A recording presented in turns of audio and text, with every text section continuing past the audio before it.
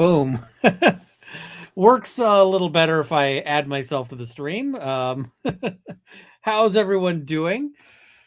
I was a little late because I was sitting there and I'm clearly massively out of it because I was sitting there going, why isn't my camera working?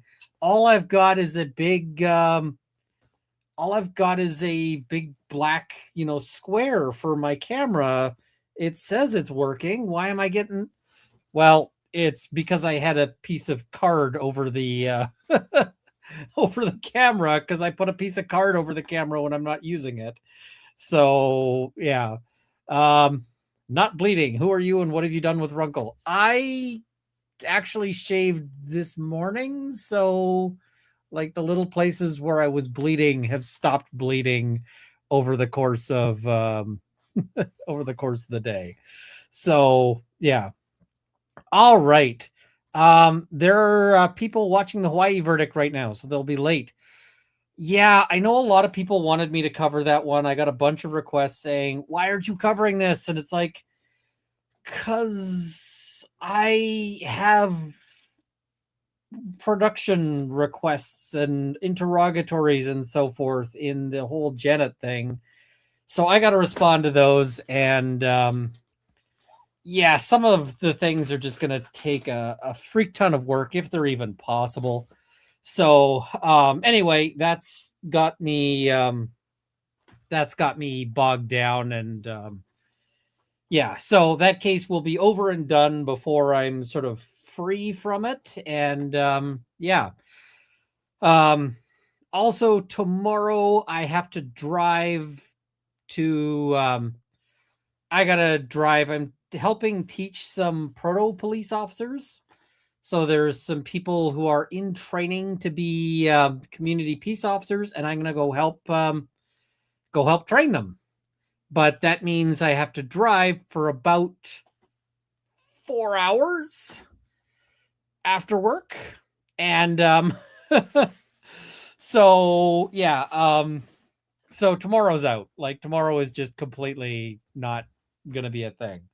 But and Friday is also going to be out because I'm going to be finishing that and then driving back for 4 hours, and it's gonna suck. Oh yeah, here's the thing: rent a reliable car. So about that, let's talk about reliable cars because my car is in the mechanic right now. 4 hours round trip or each way. Each way. So what is it? I'm just looking here. I'm actually not sure if it's exactly 4 hours. I'm just looking again. All right. How long exactly is my drive tomorrow? Let's see. Oh, I was overestimating it. It's only about 3 hours. So yeah, I guess that's not as bad as it could be. Still gonna suck. So take the Buick. The Buick is in the shop right now. And the reason why the Buick is in the shop is because I went to go drive it and 2 problems. Problem number 1, the battery is screwed. I did not drive the Buick enough in the last little bit, and so the battery is toast.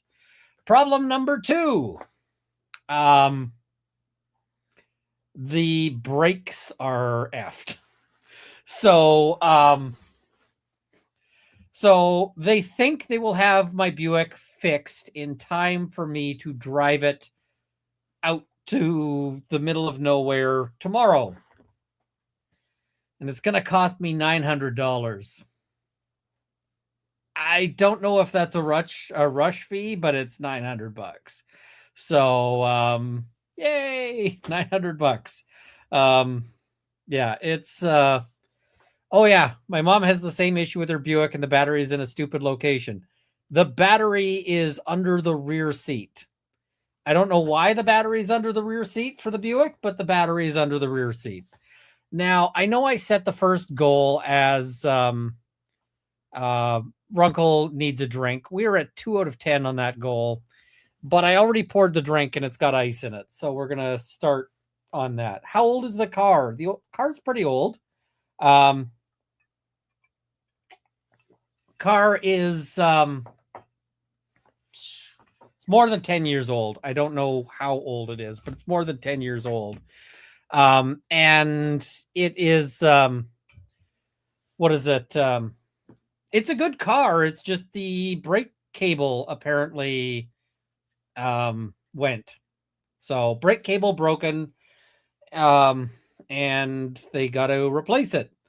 I actually asked them if they could have a look at it to see if it looked like the cable was tampered with. Because I have a bunch of people like threatening my life and who don't like me. So I'm like, they're like, yeah, your brake cable's screwed. And I'm like, huh. Could you check? Does that look like it's normal wear and tear, or does that look like somebody got in there? Because yeah, yeah.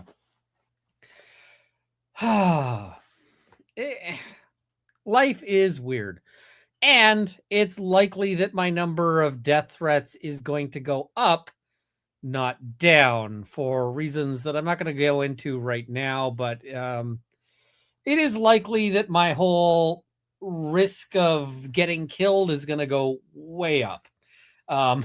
It's yay, fun to be me. All right. That said, today I got to give a little warning, and I got a little video clip for the warning. So the warning is this.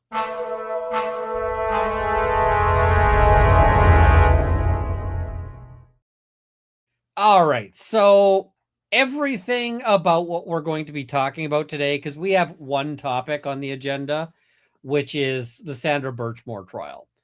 And everything about this trial is horrific, right? Everything about this trial is absolutely awful. And yeah, that's just there's no other way to put it, right? Everything about this is terrible, and the details we're going to find out now are even more terrible. So yeah, let's we're getting a trial. Yes, there's going to be a trial. Matthew Farwell has been charged in this matter, and the government wants to detain him. So that's what we're looking at. That's what we're looking at covering, and some of the details are pretty awful. I'm just going to tell you that. I read this and I was thinking it was going to be like, oh, well, it's just, it's just another criminal trial, and it's just another, it's just another thing where they're seeking detention, right? The government seeks to detain people pending trial all the time. And this one, I read it and I was mad. Like, I was furious. And the reason why I was furious is because what comes out in this, thing, assuming that this actually, like everything, assuming it holds up, because right now these are all allegations, nothing has been proven, but this is horrible. Horrible. And not only is it horrible in the sense of the actual allegations itself, but in the sense of how this particular victim was treated, both in life and after she died. So I very much want to see justice on this one. I want to see, it's like, I want to see this, I want to see this through to the end. And I mean, I'm open to seeing what the defense has, right? Maybe the defense has some arguments. I'll talk about the things I might argue if I were the defense lawyer. And please don't hate me when I say those things, because I'll say, like, look, if I was the defense lawyer, this is what I would argue here. And all that means is, it doesn't mean I agree with it. It just means these are the arguments you are likely to see from, from the defense. And I'm just going to say, I think that the defense is going to try to make arguments. And I think ultimately that these arguments are probably not going to go anywhere. But, we got to talk about them, because how do I put this? You can't really properly cover something without, covering the sort of good versus bad versus, you got to cover what the likely defenses are, right? And on a case like this, people often,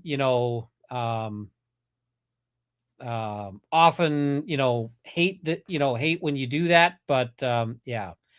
Now, the other thing is, it's interesting.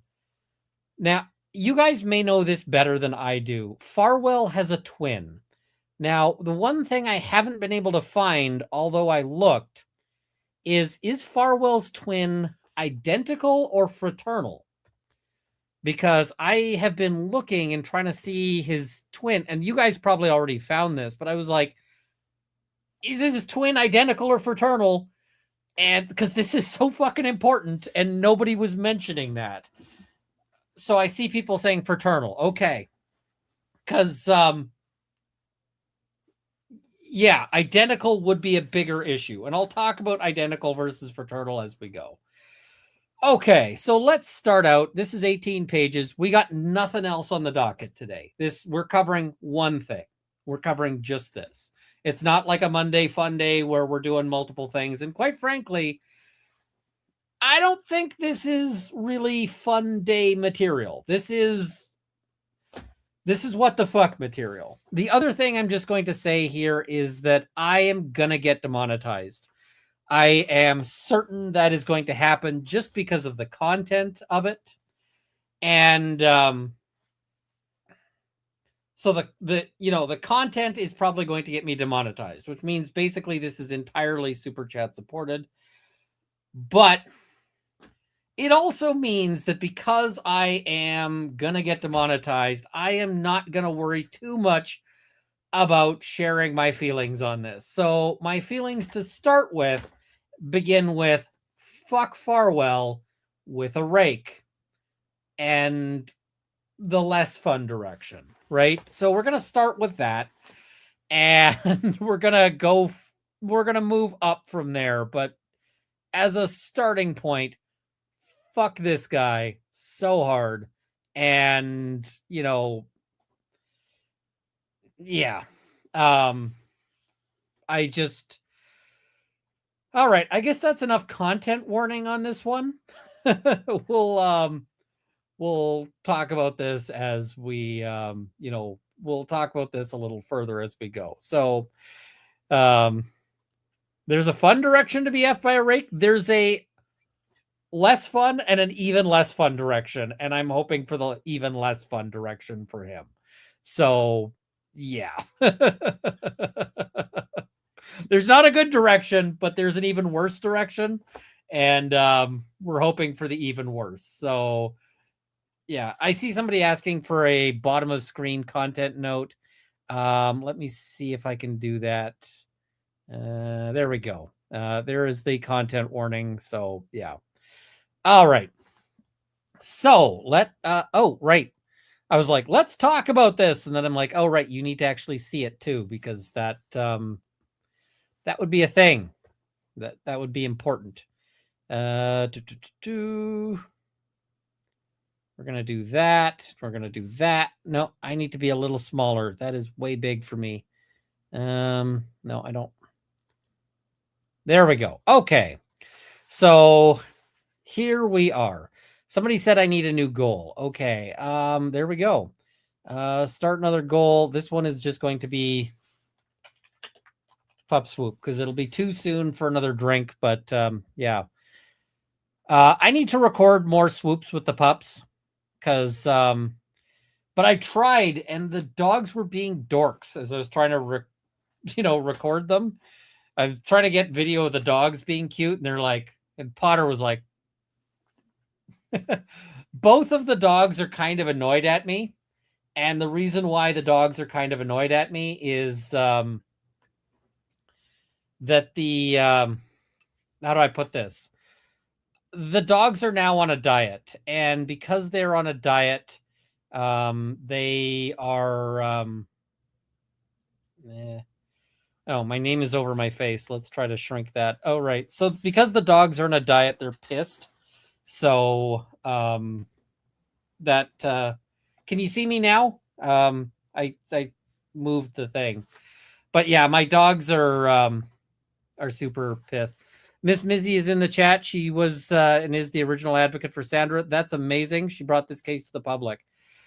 I gotta say, this case has really had some because nobody knew about this case, right? Nobody knew what this case was about until some very dedicated people, including Sandra's family, but also people like Mizzy, were bringing this case up and saying, like, look, this case makes no sense.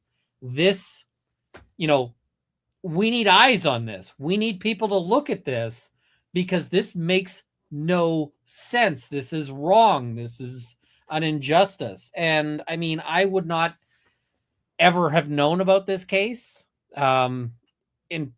but for the use or but for the actions of those people. So yeah. All right, here we go. So government supplemental memorandum in support of detention. So what this is that the Farwell wants bail, and Farwell then wants to and so he's arguing I should be released. And the problem is that the government is like, well, we don't think you should be released. Now, the government opposes bail all the time, right? They're all the time. They're like, yeah, this guy, shot somebody, or this guy was dealing drugs or whatever. This guy should never, or should, not get released pending, and we've seen lots of trials where people have been held pending trial, right? If you saw the Donna Adelson trial, she was in custody. But Farwell goes above and beyond for reasons to detain. So, defendant Matthew Farwell is charged with the premeditated murder of Sandra Birchmore to prevent her from disclosing information about Farwell's other federal crimes. As alleged in the superseding indictment and described in detail in the affidavit supporting the government's motion for detention, Farwell Birchmore as a child. We are going to try to avoid demonetization if we can, but we're also going to blank out some of the words because, yeah, you know what that word is. I know what that word is, but YouTube doesn't need to know what that word is. As a child, continued to have word with her when she became an adult, believed she was pregnant with his child, and killed her on February 1st, 2021. Staging the crime scene to make it look like Birchmore unalived herself. This crime and the supporting evidence described in the government's filings require that the court continue to detain Farwell pending trial in October. The facts described in the government's motion for detention in the affidavit of FBI Special Agent Shanae Castrita, that's an interesting name, but yeah, remain true. Moreover, in the 19 months since Farwell's arrest, the evidence proving Farwell's guilt has only grown stronger. Nevertheless, Farwell moves the court to release him into the community just months before he stands trial for the premeditated murder of a young woman and her unborn child, facing a potential life sentence. If convicted, based on the alleged facts, if convicted, and if Farwell gets anything less than life, it would be a massive injustice. Massive injustice. Now, the interesting thing about this is that it appears since then that it's been revealed that Birchmore was actually pregnant with somebody else's child, not Farwell's, which really makes this whole thing even more crazy senseless. Because at the end of this, Farwell could have waited until she gave birth, denied paternity, and would have cleared a paternity test. It's so freaking senseless. If you wrote this into a movie, people would accuse you of like going too far to make it super tragic, super, so yeah, it's really horrific. So the factors the court must consider under the law support detention now even more strongly than they did at the time of Farwell's arrest. There is clear and convincing evidence that Farwell is a danger to the community and a preponderance of the evidence that he's a risk of obstruction and flight. Farwell should remain in custody pending trial. So procedural history.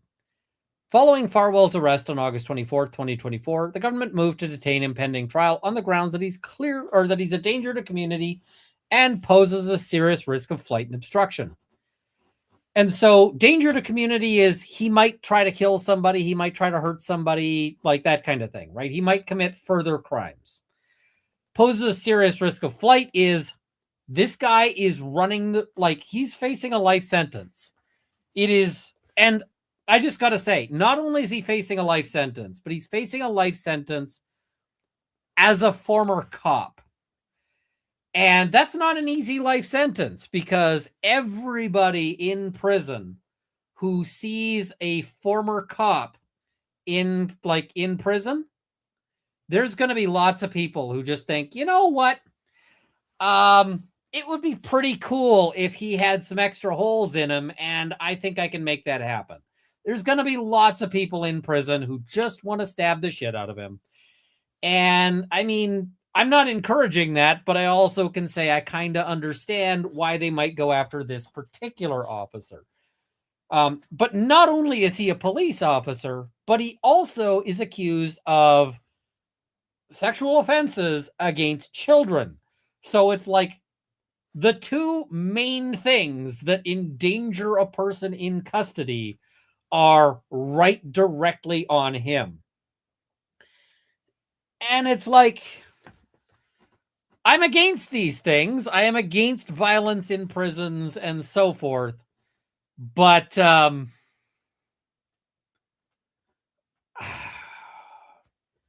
this also isn't the case where I'm going to be too upset about it, if that makes sense. It's like, yes, I'm really against these things, and I'm going to worry about it in other circumstances. Like, I'll worry about it for other people.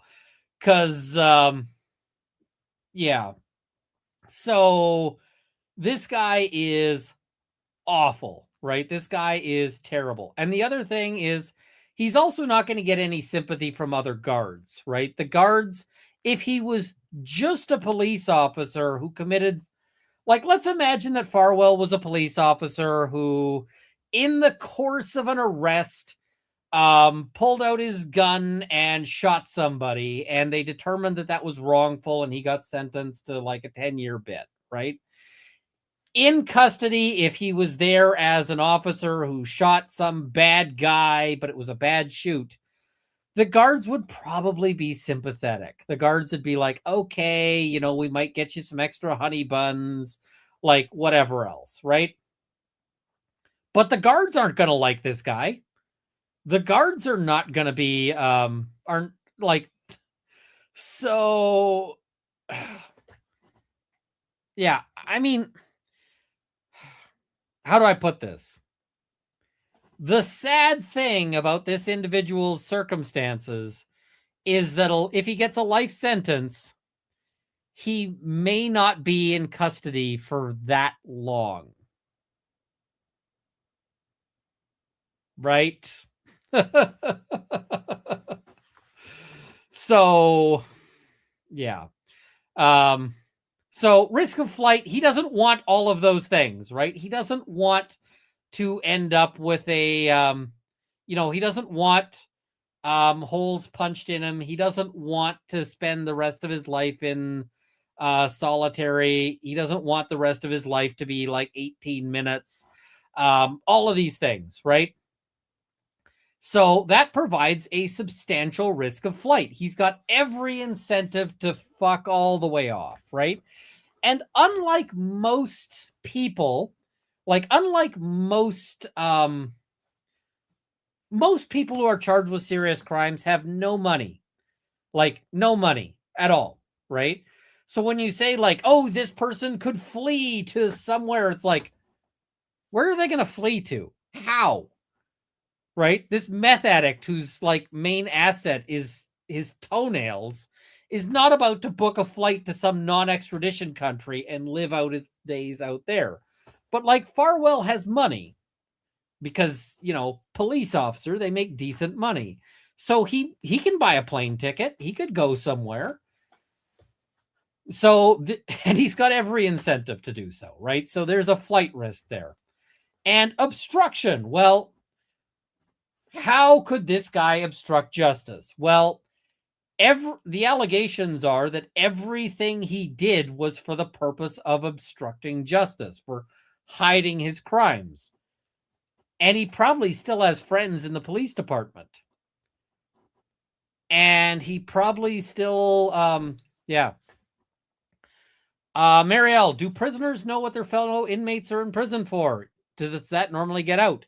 So prisoners, when they get in custody, like, let's say you go to prison. One of the first things they will ask you is, we need to see your papers. They will demand, like, if you go to, a federal prison, they will demand to see your papers. And so that means you got to show them your court documents, right? And so they will demand to see it.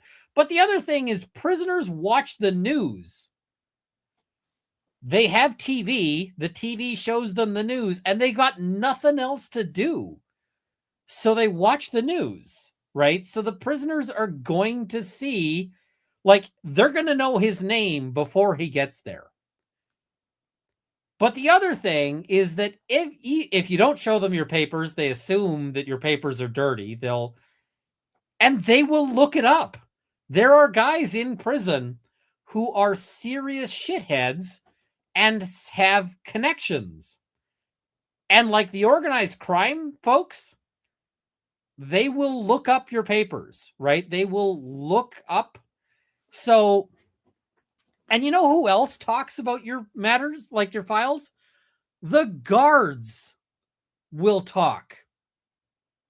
And the guards are not always honest, but in the case of Farwell, they're gonna tell people.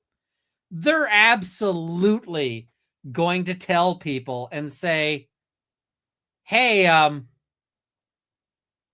you know what this guy's in for? So I do criminal defense, right? That's what I do. I have had to like haul ass to I've repeatedly had phone calls from clients who said, hey, the guards have spread bullshit about what I did. They have lied to people. And there's a rumor going around that I'm in here for, kitty fiddling. And so I have really, I have had to print out a copy of somebody's like criminal record and their charges and go to the prison in order to give my client a copy of it so that they could just not get murdered, right? It's a thing, right? I've had to be like, okay, here's your criminal record. Here's your current list of charges. And then they go and they're like, look, see, I'm not in for, molesting kids. I don't have that on my record. everybody in prison knows everything, right? It's just how that is. So, yeah. All right.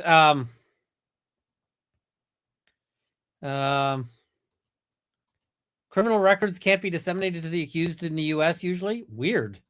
I mean, the thing is they've got ways to pull it even if they don't have it. But yeah. All right. Procedural history. Following Farwell's arrest on August 24th, 2024, the government moved to detain him. Oh, right. At his arraignment, Farwell agreed to voluntary detention. This actually makes sense. You might say, why would somebody agree to voluntary detention? Well, usually it's because you know that if you don't agree to voluntary detention, you're getting the involuntary kind, right? So I've had lots of clients, who agree to voluntary detention because it's just like, client goes, hey, do you think I can get bail? And I look at his record and I'm like, oh, yeah, your record is longer than the last novel I read.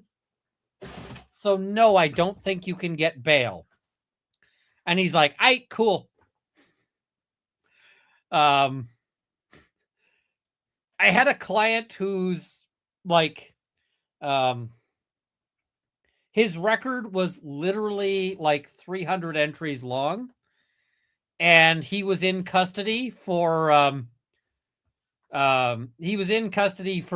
like serious crimes.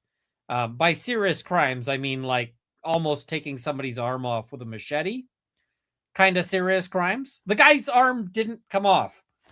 Yay! But it was close. It was touch and go. They weren't sure if they were going to save the arm, right? So the guy was in custody, and I didn't have disclosure yet. He'd just been like, I just got the guy's file, but I went to visit him. And I'm like, so I don't know about bail yet. And the guy's like, motherfucker, we're not going for bail.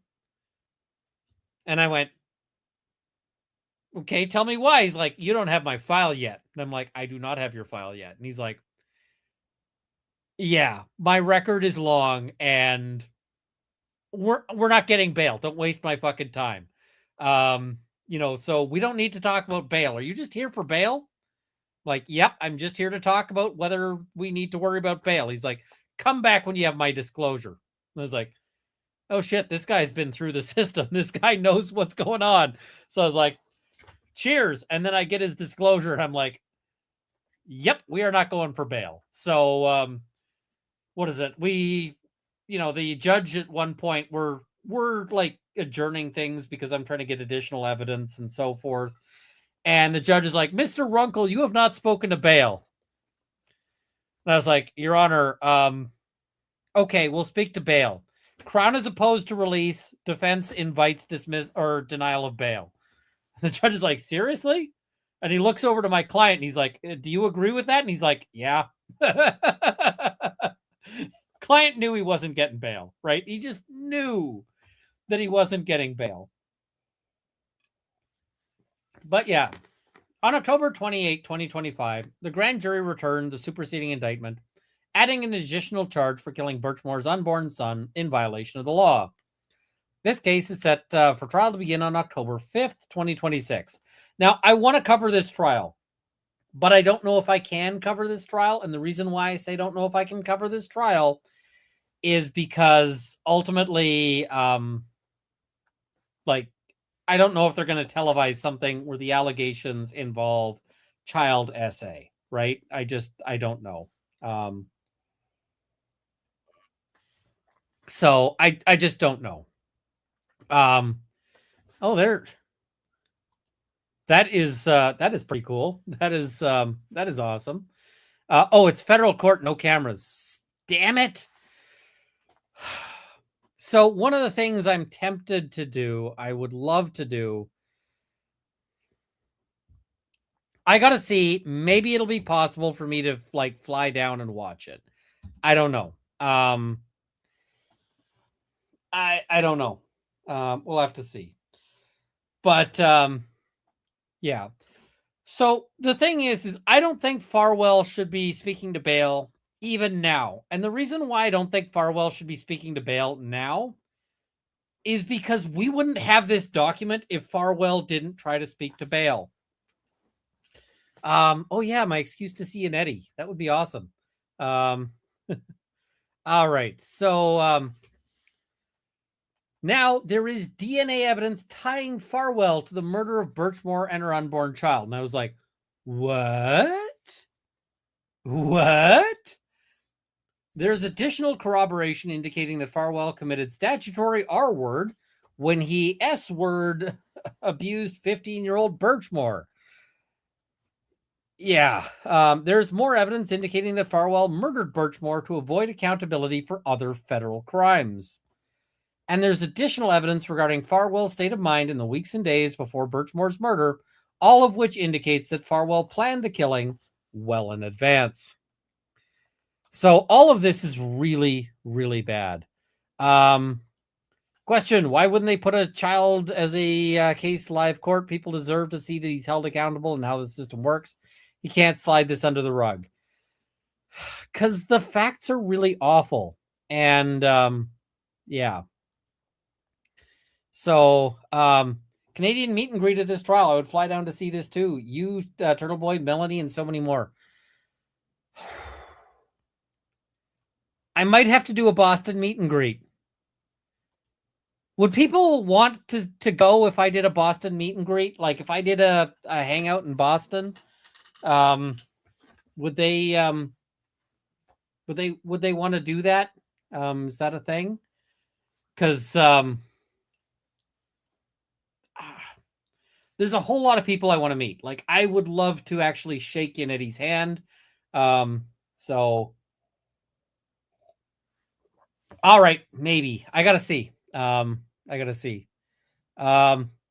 best friend is first cousins with Freddie Gaze, the guy who got Whitey Bulger from West Springfield, Massachusetts.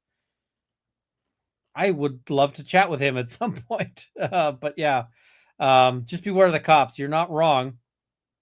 So, Farwell's DNA was on the ligature around Birchmore's neck. New DNA evidence conclusively ties Farwell both to the crime scene and the... Whoa. What? Where did that go? Okay. And the murder weapon. By way of background, in May 2021, the Massachusetts State Police Crime Laboratory conducted tests and found DNA on multiple items that state investigators recovered from Birchmore's apartment. Birchmore's underwear tested positive for the presence of sperm cells. Fingernail clippings tested positive for the presence of DNA. The ligature that was around Birchmore's neck tested positive for the presence of DNA, specifically male DNA. However, despite detecting DNA on these items, no meaningful conclusions could be drawn from this evidence in 2021. That is because state investigators did not obtain DNA from Farwell or anyone else. And I'm like, why not? Why didn't they? Because what you're going to see is that a bunch of other police officers who were involved, who were looking at this, had information that pointed to Farwell as suspicious. And the thing is, Farwell's a fucking cop. And the thing about him being a fucking cop is that means that he works at the police station. And I'm just going to say, if they'd hired me, I could have gotten his DNA for free within like a week.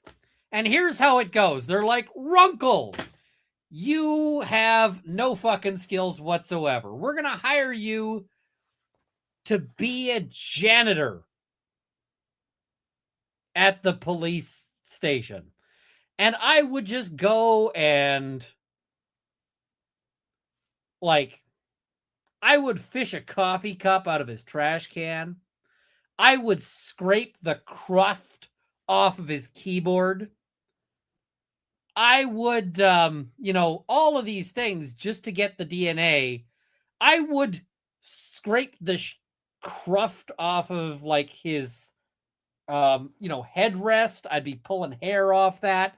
Like, you can get his DNA. He fucking works in your office. You can get his DNA because literally his DNA is falling off of him at every freaking second. It would have been so easy. Like, just Elf Wiggins says chain of custody issues. It'd be enough to get you to a warrant for his actual DNA. Like, you scrape his keyboard and you get DNA. It'd be enough to get you a warrant for, we want to swab his cheek. And I mean, the other thing you could do is, hey, Farwell, I just bought a Coke out of the vending machine and it gave me a second Coke. I have 2 cans of Coke. I'm going to drink this one, but do you want this one? And Farwell goes, yeah, man. And he drinks the can of Coke. And what have I done? I put a mark on the bottom that says dipshit or something. And he doesn't notice because nobody checks the, I take a Sharpie and I put down on the bottom of it, I draw a symbol for Farwell. That's going to be the symbol for Farwell, right? So we put a little symbol on it just to indicate that this is the one I gave to Farwell because it's the Farwell symbol, right? That's what we're going to go with. And so, he drinks the can. And then you just kind of keep an eye on him. And he throws the can into the, into the trash.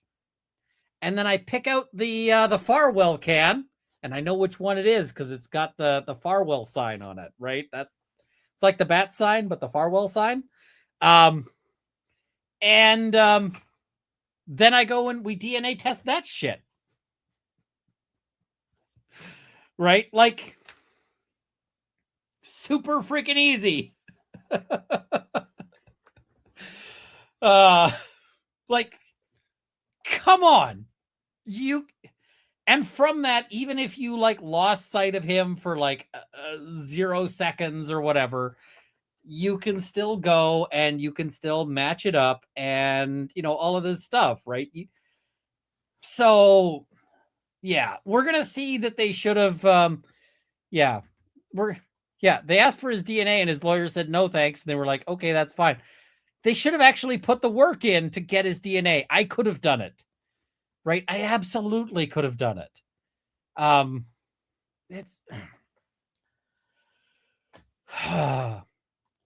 want to say I've seen the soda trick on Law & Order before. The soda trick is so common, but in police forces, that I warn clients about it. I actually warn clients about this. If I get a client who's charged with something serious, right? My client's charged with murder.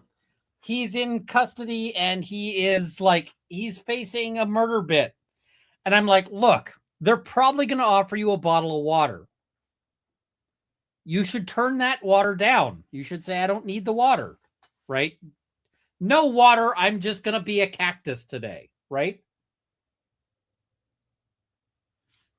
So, but if they give you the can of Coke, so you got the can of Coke, you open up your can of Coke, you're really thirsty. And then you're done with the can. And there's a trash can right there. You know what you do? You say, this is mine. And they say, we'll throw this out for you. And you say, no, this is mine. I want this in my property.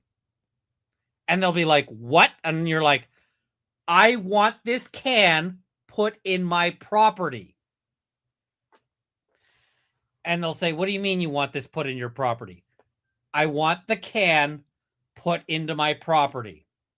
And they will put, what they got to do is they got to take a bag and they got to put the empty can in the bag. And then because you're like, this is mine. I am not discarding it. I am keeping this. I am retaining my property interests over this. You do not get to search it. But I mean, a police officer at the station is going to be throwing shit out all the time. And yes, I'm sure they would test it anyway, but then you could argue that it shouldn't be admissible in court. Absolutely. You could get that thrown out unless they have a warrant. So, all right. That changed in August 2024. As part of the federal investigation, the FBI obtained a federal search warrant authorizing agents to obtain a DNA sample from Farwell. Farwell's DNA was compared to the DNA found on the ligature from which Birchmore hung, as well as DNA under Birchmore's fingernails and the sperm in her underwear. By the way, Farwell was cheating on his wife with like every woman who didn't run away fast enough. So, like, if they wanted his DNA, they could have just like asked any of like 50 different women to spit into a cup and they could have gotten it. Like, you know, like, come on. It really wasn't,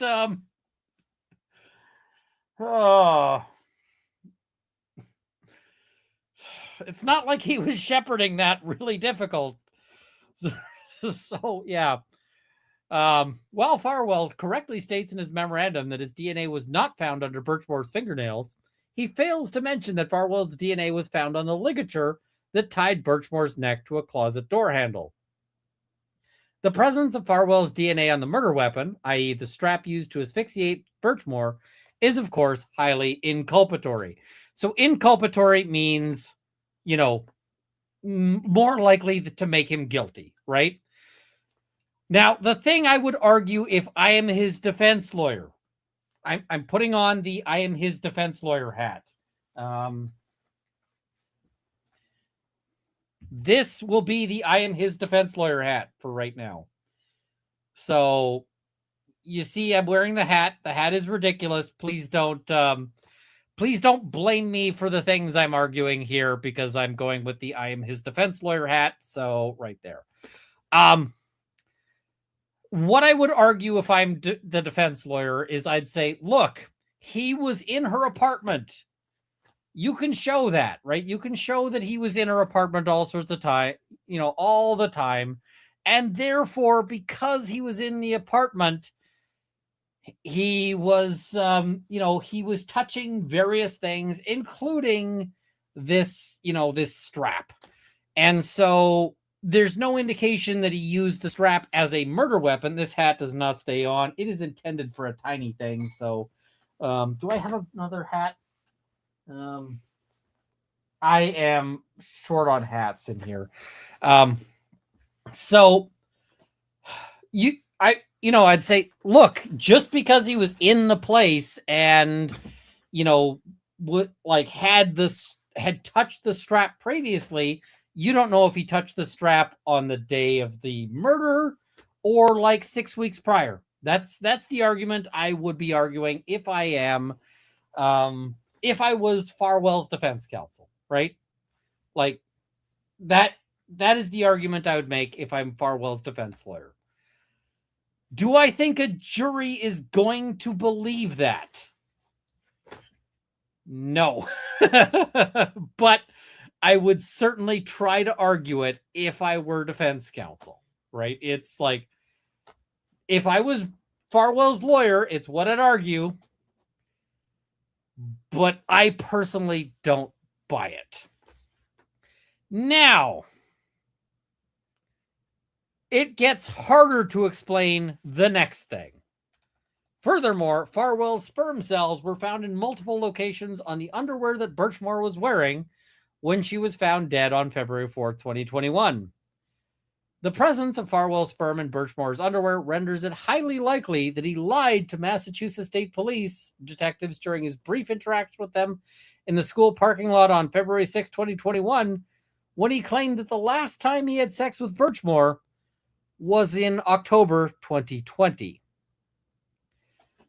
So here's the argument that Farwell has to make. Where's the hat? We're going to try the hat again. So the argument Farwell's lawyers have to make here is basically that he had sex with her in October 2020. She put on the underwear after like the activities. And then October, November, December, January, February, she does not wash the underoos.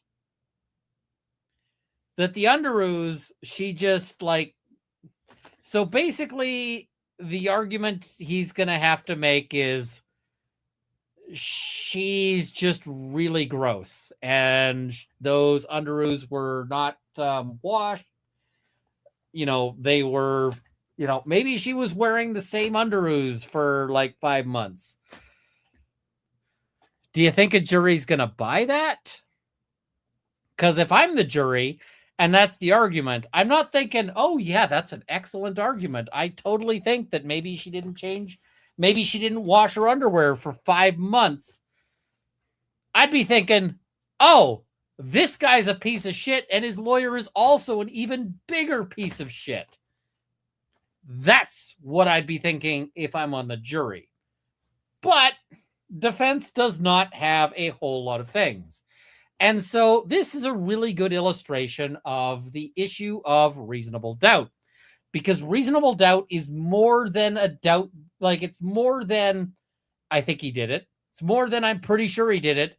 It's more than I'm really sure he did it. It's up to, but it's not an absolute certainty. It doesn't exclude all possibilities because you are not required to exclude possibilities that are fanciful or stupid. And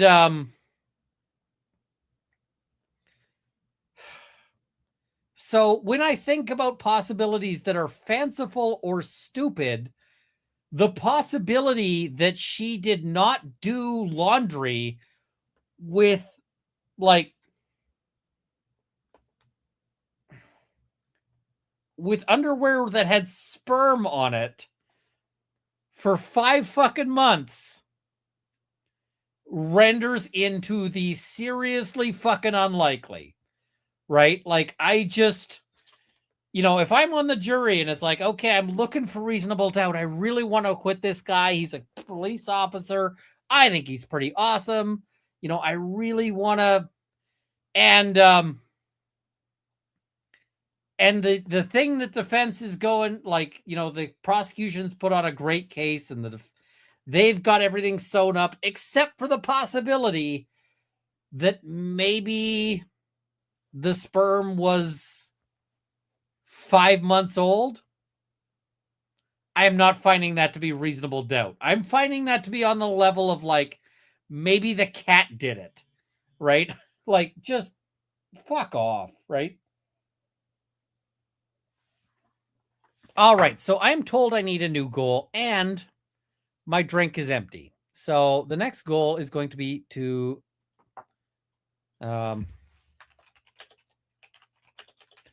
all right, we're doing that, and I owe you guys a pup swoop, which I think we can do right away because the pups are cute. All right, pup swoops. Let's see, we got.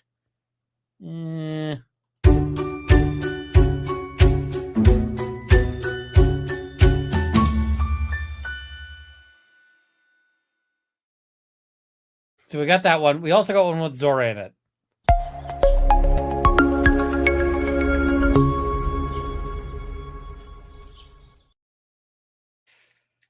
So one of the things Potter did recently, Potter had a toy, or Potter wanted to play, right? He was like, I want to play. I want to.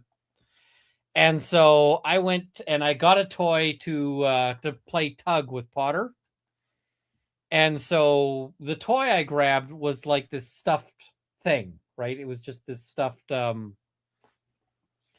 a stuffed animal, And so I gave that to Potter, and I went to pull on it, and he let go. And I went to pull, like I gave it again, and I went to pull on it, and he let go.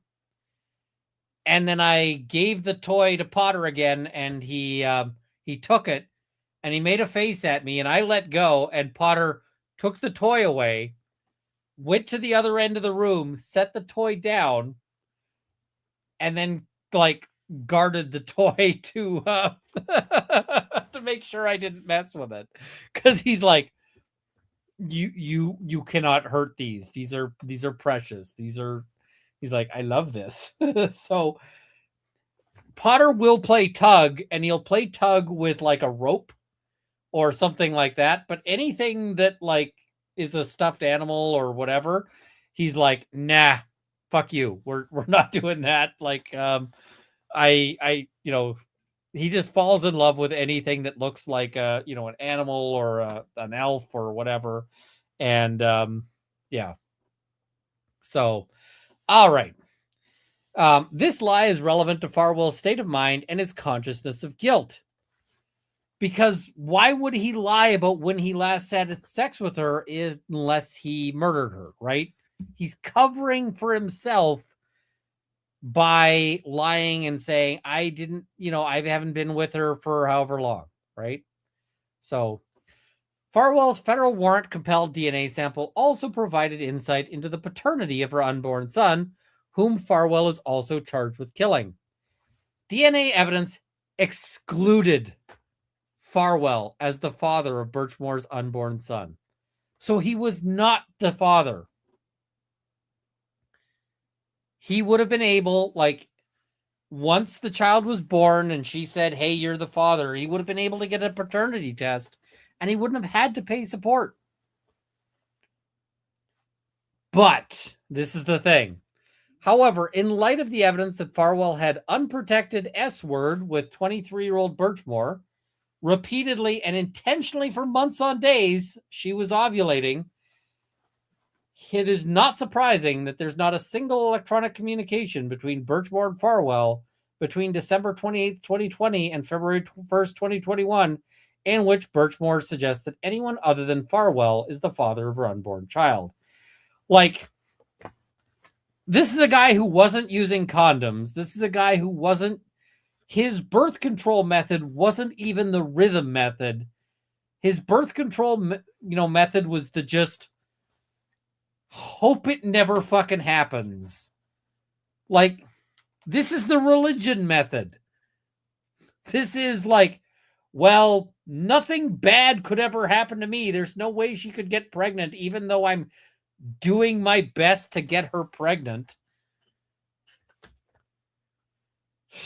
Come on, right? Like,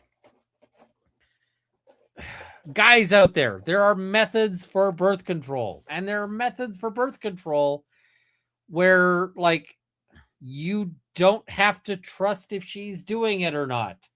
Because I get guys who are like, what if she stops taking the pill? I'm like, well, then, you wear a condom. That condom works. It just, so yeah. So it is not surprising that there's not a single electronic communication between Birchmore and Farwell between December 28th, 2020 and February 1st, 2021, in which Birchmore suggests that anyone other than Farwell is the father of her unborn child. Also during that period, there are no text messages between the two in which Farwell denies or doubts paternity. Rather, the evidence indicates that Farwell believed that he was the father of Birchmore's unborn son. It is the fact that Farwell held this belief, and not the fact that he was mistaken, that will be most relevant to trial. So defense is going to say, look, this is a situation where, why would he be worried? This is not actually his kid. And the prosecution is going to go, he thought it was his kid. It doesn't matter that he was wrong. He thought this was his kid. Right? And yet, there's also another novel concept. Don't sleep with people you shouldn't sleep with. That is an excellent concept. Like, children, don't sleep with them. People with whom you are in a position of trust or authority, don't sleep with them. Like, just I have been married for 17 years. During that entire time, the number of people I've slept with who are not my wife is 0. Because it's just not that fucking hard. Like, oh, somebody's going to clip that. Take it way out of context. Okay. Like,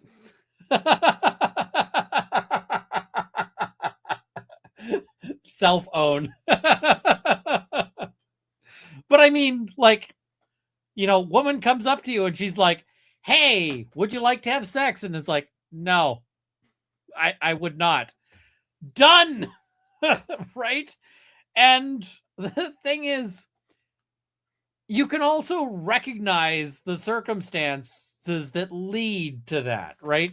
Because what I hear from like from guys who have gotten themselves into, domestic trouble and so forth, is they're like, what was I supposed to do? She was coming on to me. And it's like, yeah, dude. So here's the thing. You were at a bar, you're married, and this woman is flirting with you, like flirting with you hard. And then you decide to go to her room for drinks.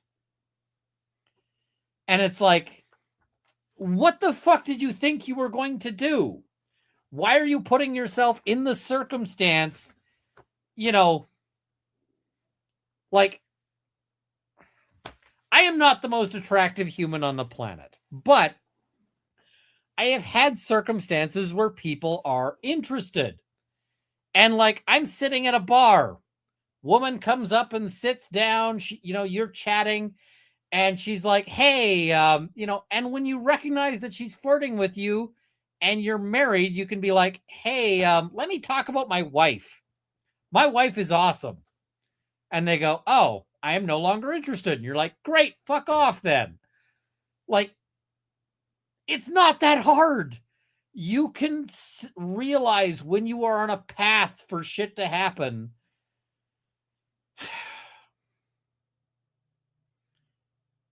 I don't get it. And the thing is you can have conversations with women where you can be like, I've had all sorts of conversations with women where I'm like, let me tell you about how awesome my wife is. And they're like, let me hear about that, because I have no interest in in anything. But you can clearly signal this is not going anywhere. And lots of people will be like, yeah, no, this is not going anywhere. And that's what I'm into. I'm just into having a fucking conversation. Whereas the ones who are not into just having a conversation, yeah. And JMR says, I've dropped my wife stuff and it didn't end the problem. Get up and walk away.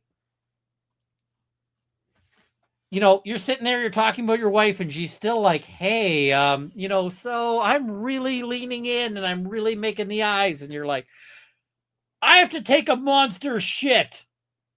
And you get up and you leave. And, she's not going to be waiting for you when you get back. If you're like, I have to take a monster shit, I'm going to give it 20 minutes. This one's going to be huge. Like, she's gone when you get back. Problem solved. This is not that hard. Oh.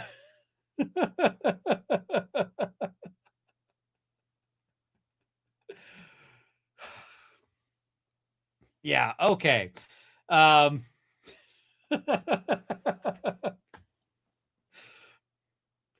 Yeah, and this is it. If the options are be rude or infidelity, just be an asshole. You don't even need to be an asshole. Like, you can just be like, you can just be unappealing, right? Like, like,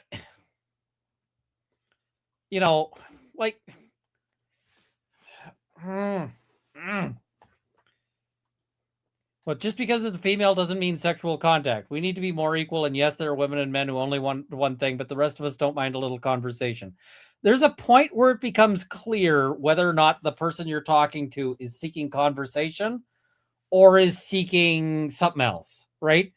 And I mean, you know, I don't want to name the person because it'll sound like I'm being an asshole. But there's a woman I hang out with sometimes at SHOT Show because she's fun to talk to. She's married. I'm married. That we have no interest. Like that's not a thing. But I like talking to her and I like hanging out.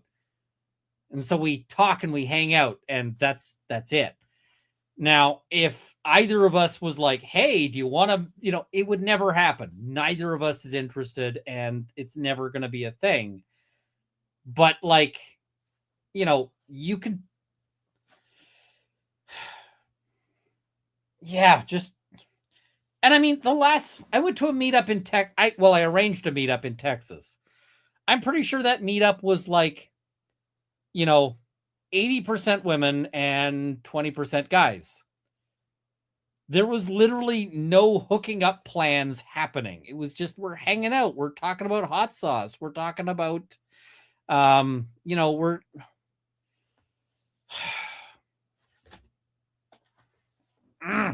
the world is a weird place. All right. Okay. I was like, how's the goal doing on a drink? Because now I am getting salty, and when I'm salty, I could go for a drink. All right, let's keep going here. So, also during that period, there are no text messages between the two in which Farwell denies or doubts paternity. Rather, the evidence indicates that Farwell believed that he was the father of Birchmore's unborn son. It is the fact that Farwell held this belief, and not the fact that he was mistaken, that will be most relevant to trial. Here's the other thing that is absolutely shitty. Why are you getting stressed? I'm getting salty. Salty isn't stress. Salty is angry. I'm getting annoyed. That's because Farwell's a piece of shit. So that's the thing. So here's the thing. Farwell was pretty sure that Birchmore was not cheating on him, but he was cheating on Birchmore and his wife and everyone else. There's more evidence of Farwell's statutory R word of Birchmore. Since Farwell's arrest, the government has obtained additional evidence that Farwell committed the statutory R word of Birchmore when she was 15 years old. As described in the FBI Special Agent Castrita's affidavit in support of detention, on multiple occasions, Farwell acknowledged taking Birchmore's virginity. Now, castrita. I just wonder, does that have any relationship linguistically with the word castration? Because if so, she is exactly the FBI agent that I want on the Farwell file. Because, thumbs up.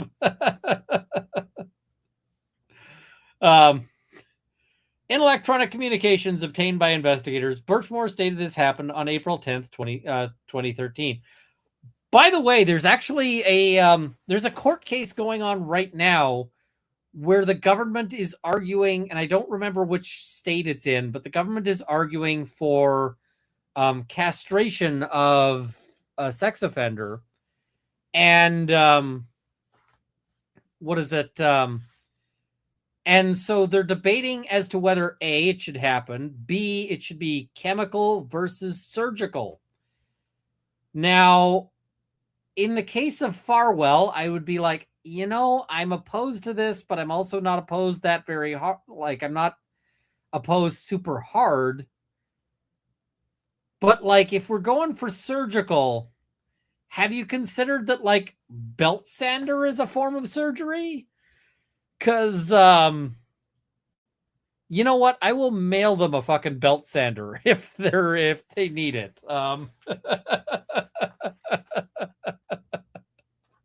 And just be like, here you go. So, and I see this, Runkle, a strange man recently came to my door and said scary things in front of my kids. Police came and he was committed. Long story short, I need a gun. Zero experience. What do you suggest? Take a class, go to but also go to a gun shop and try a bunch of things, see how they fit in your hands. I would recommend as a first gun, a Glock. You can't really go wrong with a Glock. Glock is a great choice. Glock in 9mm won't steer you wrong. They make little ones that you can carry fairly easily. So, yeah. Just if you got kids, make sure you've got like a proper safe. You can get biometric pistol safes. They are absolutely because you really want to make sure your kids can't get a hold of it. That's going to be top priority. So, yeah. All right. So in electronic communications obtained by investigators, Birchmore stated this happened on April 10th, 2013. On that date, she was only 15 years old. Birchmore had also shared with others that Farwell took her virginity when she was 15. In addition to this evidence, the government has obtained medical records and other evidence indicating that Birchmore asked a doctor for birth control on May 1st, 2013, just a few weeks after Farwell began exploiting her. And there's also evidence that on May 30th, 2013, Birchmore told a doctor that she was having intercourse, providing further corroboration for electronic communications indicating that Farwell exploited Birchmore when she was a child. The thing is the way Birchmore and the SIG P365 is also a nice gun. It is also a really good choice. The thing is, Birchmore started out and, she was a bit of like a troubled youth. And she was a bit of so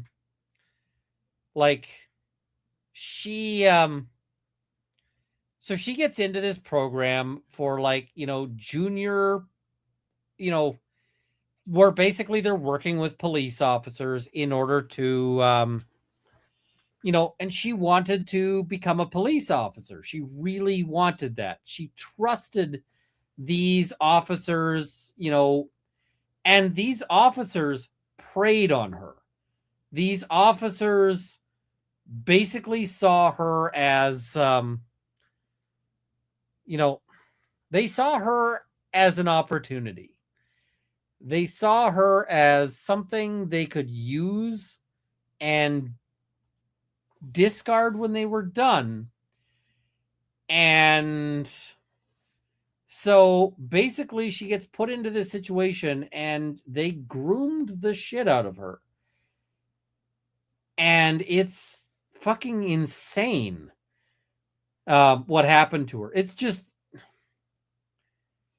and these are the people who should be there to protect her.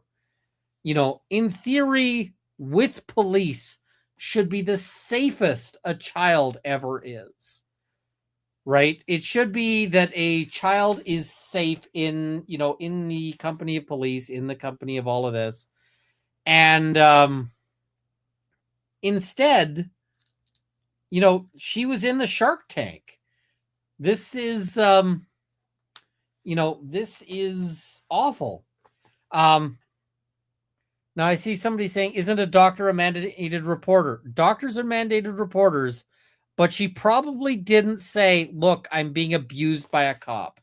I doubt that what she told the office or told the doctor was, yeah, I'm getting banged by this officer who is supposed to be protecting me, but actually decided that I suspect she just said, hey, I'm having sex. And what the doctor probably assumed from her saying, I'm having sex, is that she was having sex with other people at her high school, right? Because, a 15-year-old sleeping with a 15-year-old is not that, it's not unheard of. It's not, in most places, not illegal. I don't know about, her area, but,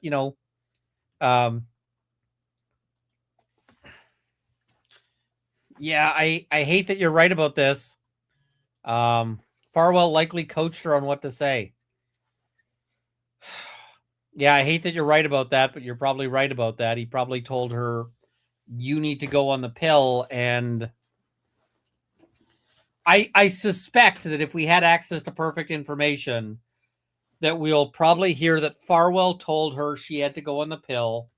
Farwell told her to go and say she had a high school boyfriend and, that she needed to get on the pill. And the reason why he probably told her to go and do that is probably because Farwell didn't like wearing condoms. That's my guess, right? And I mean, I don't know for certain. It is it's a guess. Did he take her virginity allegedly? Yes, that is one of the allegations. So, yeah. All right. Carrying on here, there's additional evidence of Farwell's motive. Now, you don't need motive to prove a criminal case, right? Motive is nice for the prosecution, but it's not necessary. And the reason why it's not necessary to have motive is because sometimes crimes happen without a motive. There was a case here in, Alberta where a guy walked up to a random person who he'd never met and murdered them on the street for no fucking reason. And he ended up confessing to it, and they asked why'd you do it? And he's like, I don't know, I was bored. And bored as a motive is so the motive makes no sense, right? If you went to the jury and were like, here's the motive, he was bored, the jury'd be like, really? No. But yeah. All right, we've hit the goal, so I'm opening up a Caesar here. Autodoc says, so she only ever had sex with cops. Nope. Wrong. Wrong. We're gonna talk about that.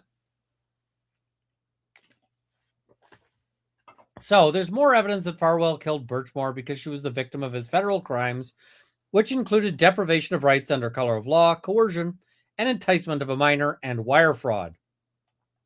The government has continued to amass evidence of the unique criminal nature of Farwell's relationship with Birchmore. As a threshold matter, Farwell's memorandum refers to Birchmore as his adult affair partner. Huh. Yeah. He suggested he deleted communications with Birchmore and/or encouraged her to delete communications with him because he was merely having a consensual extramarital affair. This is exactly what I would suggest if I was the defense, right? Sure, he's got a reason for deleting the text messages. It's not, it's not evidence of guilt in the sense of a criminal sense.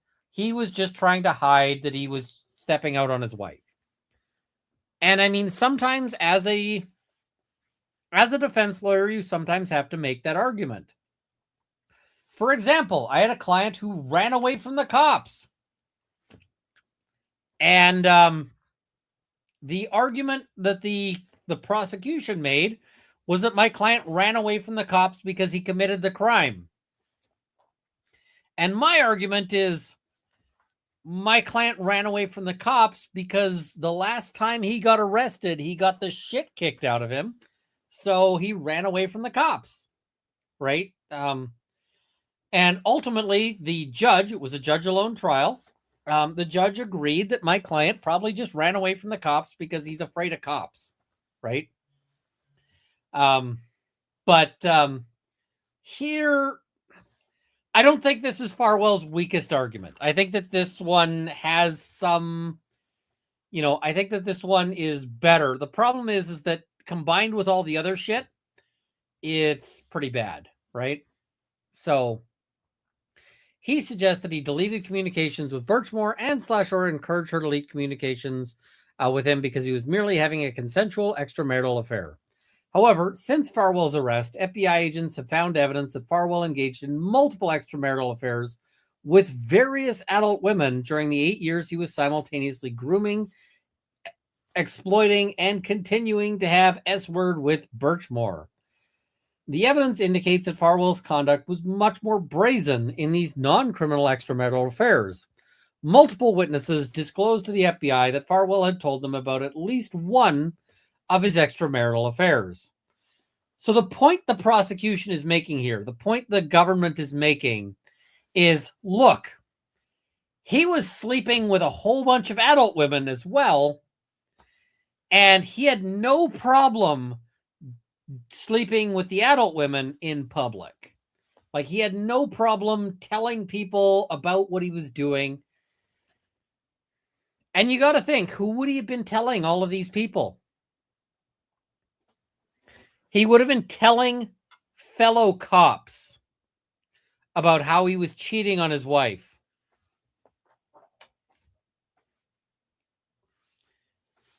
How many of those cops do you think called up his wife and went, hey, I really got to tell you,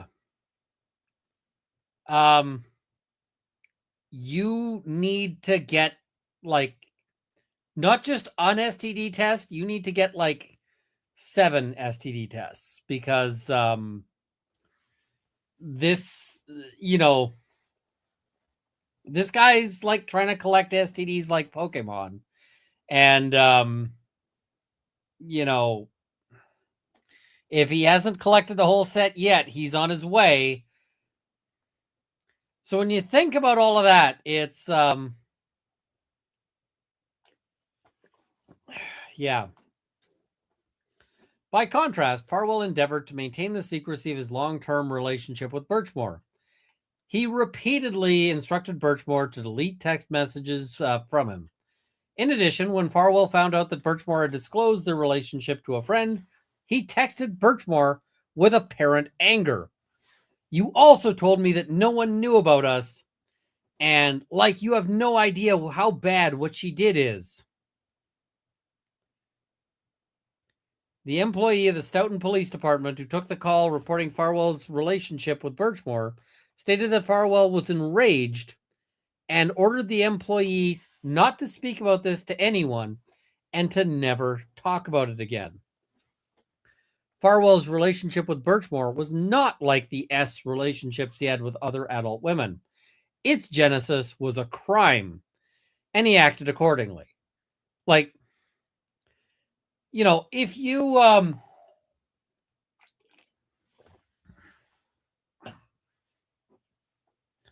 there's a difference between he's cheating on his wife versus he's cheating on his wife and could go to jail because he's, like, assaulting a child. But the other thing is, this guy was so comfortable talking about it that, he was telling all sorts of, I'm sure, fellow officers that he was cheating on his wife, and they had no problem with it. They had no... Everyone's cool. Hate it. One of the things you will get from this filing is that every other cop that was near him was fucking gross too. There's also additional and here's the thing. You are a police officer, right? And you hear that there's this Farwell guy, and you hear that that he is sleeping with every woman who doesn't look away fast enough when he, and, like, you hear this guy is just, like, constantly cheating on his wife. And you're like, oh, what's he doing? It's like, oh, well, he's volunteering with this program that puts him in touch with vulnerable children. I would be like, I have some questions. That is the kind of thing I would just be like, I don't know if he's committing crimes, but I bet he's committing crimes because somebody who's behaving like that probably is a pile of shit. Probably, right? So, yeah. Elf Wiggins, you're kind of wrong about this one. Cheating with adults is not really an overlap for crimes against kids. You're kind of wrong about that, and I'm going to say why. So, criminal defense lawyer, right? Sometimes I got to represent some shitty ass people. And so when you deal with people who offend against like, you know, underage anything, they basically fall into one of two categories. Category 1 is like the very, very hypersexual who just, and the kind of hypersexual that cross boundaries habitually.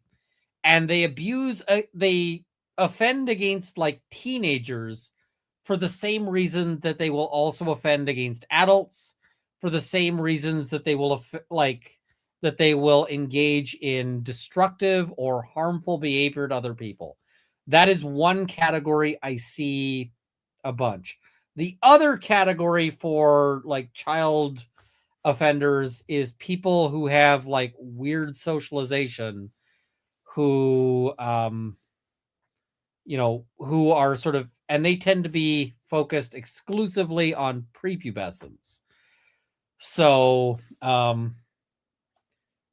yeah, it's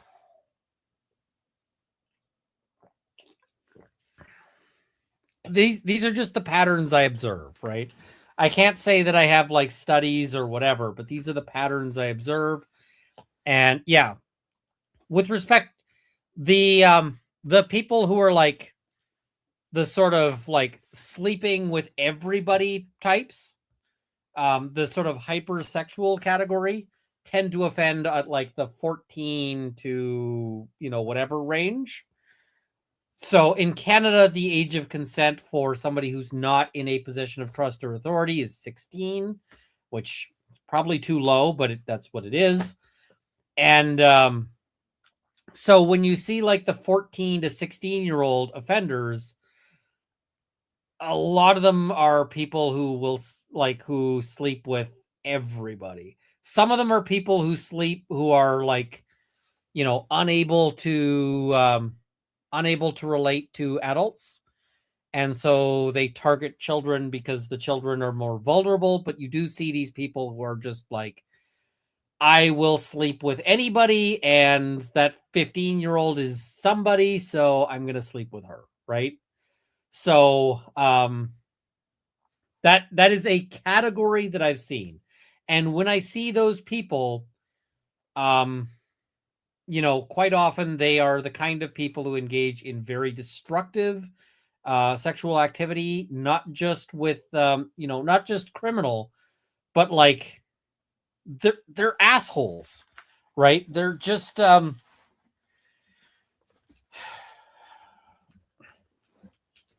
and they're the kind of people who tend to get in trouble with like, for other things, for like so you'll see somebody who gets charged for like essaying a 15-year-old, and like they get out of jail, they get released, and then they get charged for sleeping with somebody who was way too drunk to consent. And and it's like, okay, this person is an asshole. They are sexually exploitative in their relationship with the universe, and that is just who they are, right? And but like if I'm a police officer and I see that one of my fellow officers is the kind of person who is like, sleeping around over and over and over again, I go, yeah, I'm concerned, right? I am concerned that you know, I'm concerned that he might be a piece of shit, and then he might do other things, right?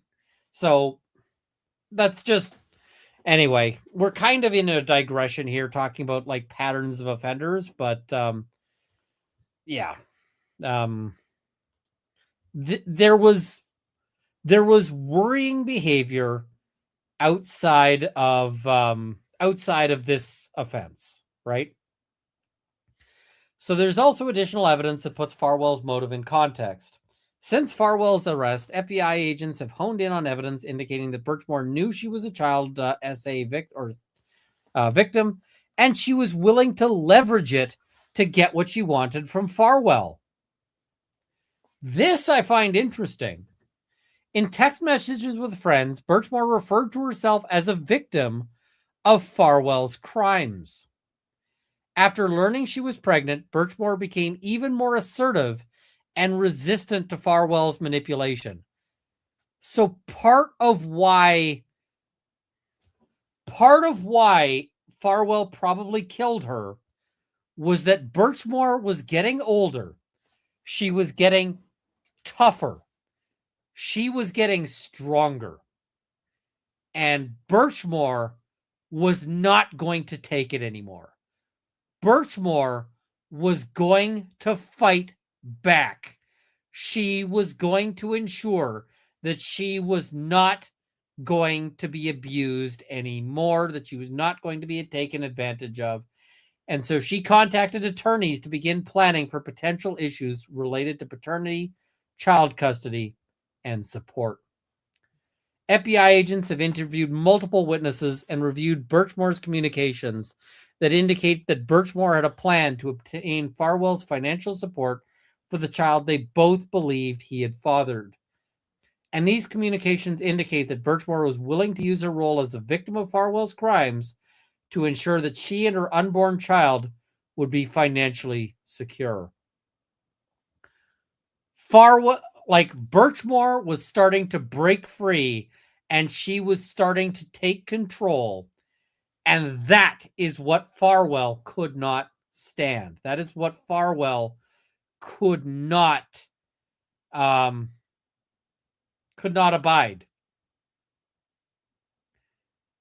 But this also says that, like, the thing about Birchmore as just, Birchmore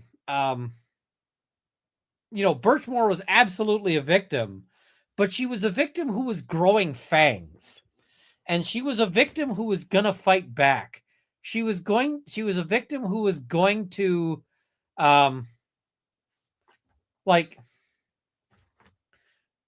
she had a strength to her. She, and had Birchmore lived, can you imagine? Like, she had all this potential, right? She had all of this,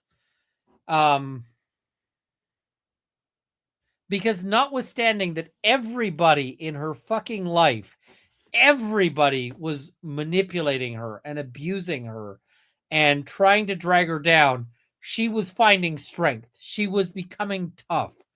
She was, she was like, I am not going to lose. I'm going to do what's right for me. I'm going to do what's right for my baby. I'm going to win despite everybody in life trying to beat me. I'm going to fucking win.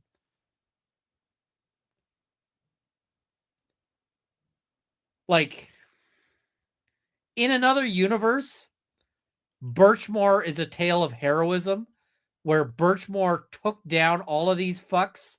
Birchmore, walked away with a, $1 million settlement for fighting.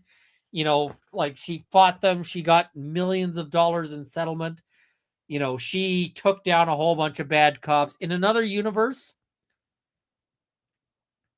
she, ends up a fucking congressperson. She ends up, she runs for office. She, and that's what they took from her. And to a certain extent, that's what they took from all of us, right? Because the universe would be a better person if Sandra Birchmore was still in it. And I am so fucking mad reading this Like, I am just so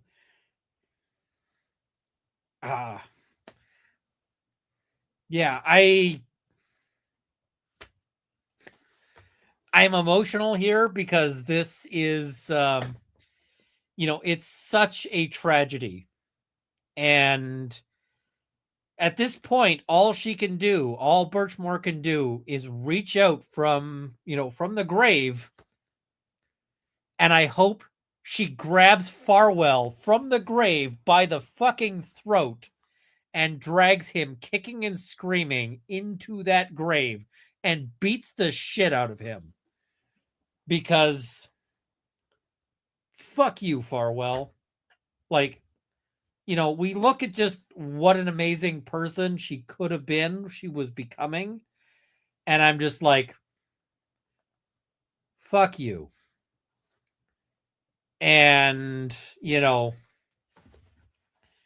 I hope every day that he lives of the rest of his very miserable life, he thinks of her and he thinks of how she fucked him. Not in the way that he liked, the way, how she destroyed him. So,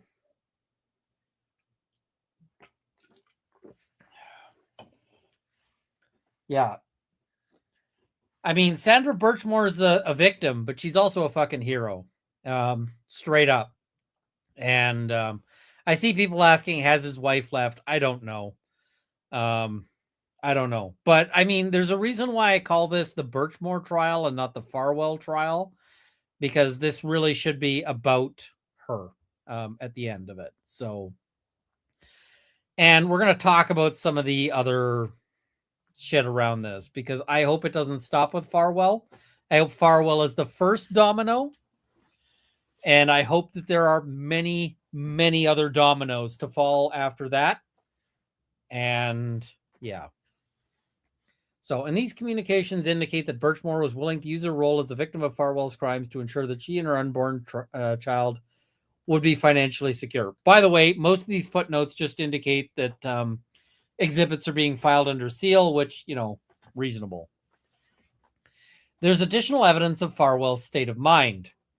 The government's prior filings describe some of the compelling evidence showing Farwell's state of mind and consciousness of guilt. Among other things, Farwell told Birchmore to delete their text messages, to stop putting things in writing. He agreed to accept a key to her apartment. He inspected her closets. He appeared at her apartment on short notice wearing a mask. And he lied to Massachusetts State Police detectives. The evidence has continued to build on this front. See, the thing is, him asking her to delete the text messages, on one thing, like if he's saying, I deleted the text messages because I was cheating, it's like, okay, he doesn't want his wife to find the text messages on his phone. I get that. Like, okay, that I when I say I get that, I see the argument to be made from the defense side, right? I see that, that argument. But asking her to delete the text messages means that he knows their evidence. Because how would his wife ever get a hold of Birchmore's phone, right? The only people who would get a hold of Birchmore's phone is the police. Right? Like that's it. So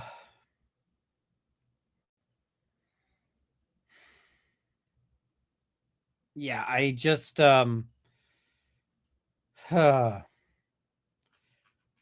all of this, it makes me so mad, right? And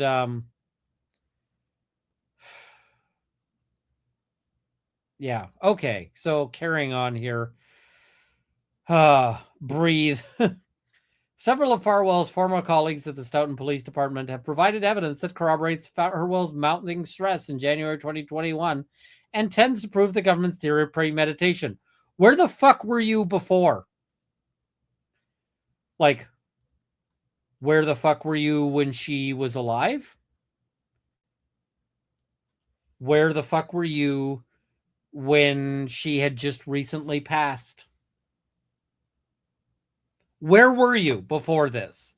because these people who came out of the woodwork once, once this, was starting to explode, where were you? And if you were sitting on this entire time, I got a new job offer for you. Walmart greeter. That's and I kind of regret saying that because there's probably a Walmart greeter here who doesn't deserve that shit, right? So, yeah.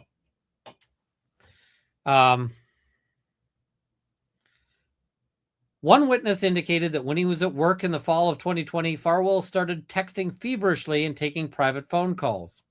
When the witness asked Farwell what was wrong, Farwell indicated that he had to put crazy back in the bag and then everything would be okay. Yeah, that's fair. Walmart greeters. So do you know Canada doesn't really have Walmart greeters? This is a cultural thing. Canada doesn't have Walmart greeters. It was actually one of the things that Walmart. So Walmart initially came to Canada, right? And it was this big thing, and they moved in. And initially, Walmart was finding that they were having problems getting customers in Canada. And one of the things that actually, so they hired like some Canadian consultants to be like, what's wrong? Why aren't you getting? Oh, I see. I'm in Ontario. Definitely have Walmart greeters at my local Walmart. My local Walmart has like a person who sits out front, but they don't greet you. And the thing is that for a lot of Canadians, the feeling of being greeted like that is actually kind of offensive because we don't say hi to each other usually. We don't be like, hey. And in most stores, if you have an employee saying hi, what that usually means is, I think you're here to steal something. So they actually found that like the Walmart like greeting thing in most areas of Canada it actually was turning customers around. And they actually found when they were looking at videos, they would see customers come in and the Walmart greeter would be like, hi, welcome to Walmart. And the person would immediately turn around and leave. Because they're like, nope. So, I mean, like my local Walmart has somebody who sits there at the front, but they don't say hi. They don't talk to you. They just sit there. And, they're just there to talk to you if the theft alert thing goes on. So, but they do not say hi. Whereas when I go to the States, I walk into Walmart and they're like, hello, welcome to Walmart. And I'm like, that's weird and that's creepy. So just side note. Okay. This witness indicated that Farwell became increasingly stressed in January 2021. Did you tell the cops back then? On February 2nd, 2021, while Birchmore lay dead and undiscovered in her apartment, Farwell uncharacteristically texted this witness to ask the witness if the witness was working and whether anything was going on at work because he was bored as hell sitting in the hospital. The witness recalls this being the first and only time Farwell expressed any interest in what was happening at the Stoughton Police Department when he was not on duty. Now, to be fair, he might have actually been super bored sitting in the hospital. Because when I have been stuck at the hospital, I have been super bored. And that includes when I am there injured and I'm at the hospital, I've been super bored. Some of you who have been on my Twitter, some of you will remember the days of me being when I went in for my appendix or I went in for, other things, what is it? It sucked sitting waiting for like 10 hours in the emergency room for them to see me, right? It sucked. When my wife broke her leg, I was super fucking bored because like it was stressful that she broke her leg, but they took her back into the she broke her leg room, and I'm sitting there waiting to go see her. And the reason why, I mean, when your wife breaks her leg, the doctors want to speak to her alone. Because every doctor wants to ask, so did he push you? And she's like, no, I fell. Um, I don't blame them. Like, I get it. But it's still funny because she was getting annoyed. Yeah. Finally, when I did get to see her, she was in back, like laying on a thing, and she's like, "You look really tired. Go to sleep." And I'm like, "Are you sure?" She's like, "I'm bored, so you're bored. Go home, get some sleep." And I'm like, "Okay, thank you. I love you. See you later." So yeah. Um, of course, the timing of this check-in makes sense. Birchmore was dead, and there'd been no public reports of her death. Now, if I'm the defense, what I'm arguing is he's just bored at the hospital. And the reason why he's texting because he's bored is because, and he doesn't text normally, is because if he was like, normally, if you're off duty, you might not text work to be like, hey, what's going on? Because you've got like video games or like, you know, um, all of that, right? Um, Speedy and Turbo's mom. Why do I think Ian is short and wondering if Mrs. Runkle is taller than him? At my tallest, I'm 5'10". The problem is that when my back is fucked, I actually shrink. And so I can be significantly shorter than 5'10". But at my tallest, when my back is good, I'm 5'10". I'm not super tall. My wife is over 6 feet, and she is absolutely taller than me. And not only is she taller than me, she is stronger than me, like physically much stronger than me. So, like, when there is a jar that needs opening,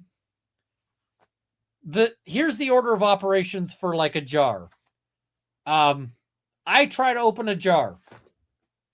I got a jar, I try to open it, I struggle, and I can't open it. Then I hand it off to my wife, Mrs. Runkle, and she tries to open the jar, and she probably opens it, right? Because she's stronger than I am. But if she can't open it, then she hands it back to me, and then I start applying science. Like I start heating up the jar lid and stuff like that. So that's the order of things. But yeah, Mrs. Runkle is significantly taller than I am, and yeah. So people are like, "Why are you dating a woman, or why are you married to a woman who's taller than you?" I'm like, "Because she's awesome."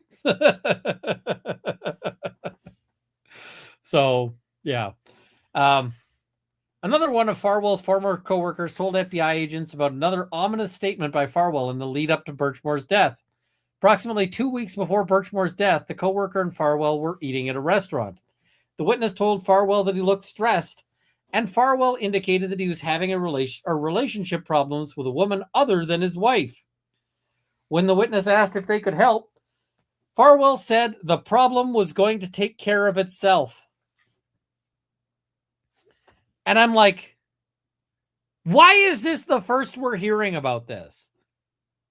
Why is it that Farwell was never seriously a suspect until now when he's saying all this creepy shit?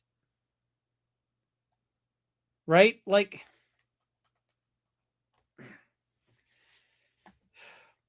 yeah. Because people come in different sizes. That's a messed up question to ask someone. There's this social expectation that guys have to be taller than their women. And like, so you'll get women who are like, my guy has to be taller than me. And it's like, why though?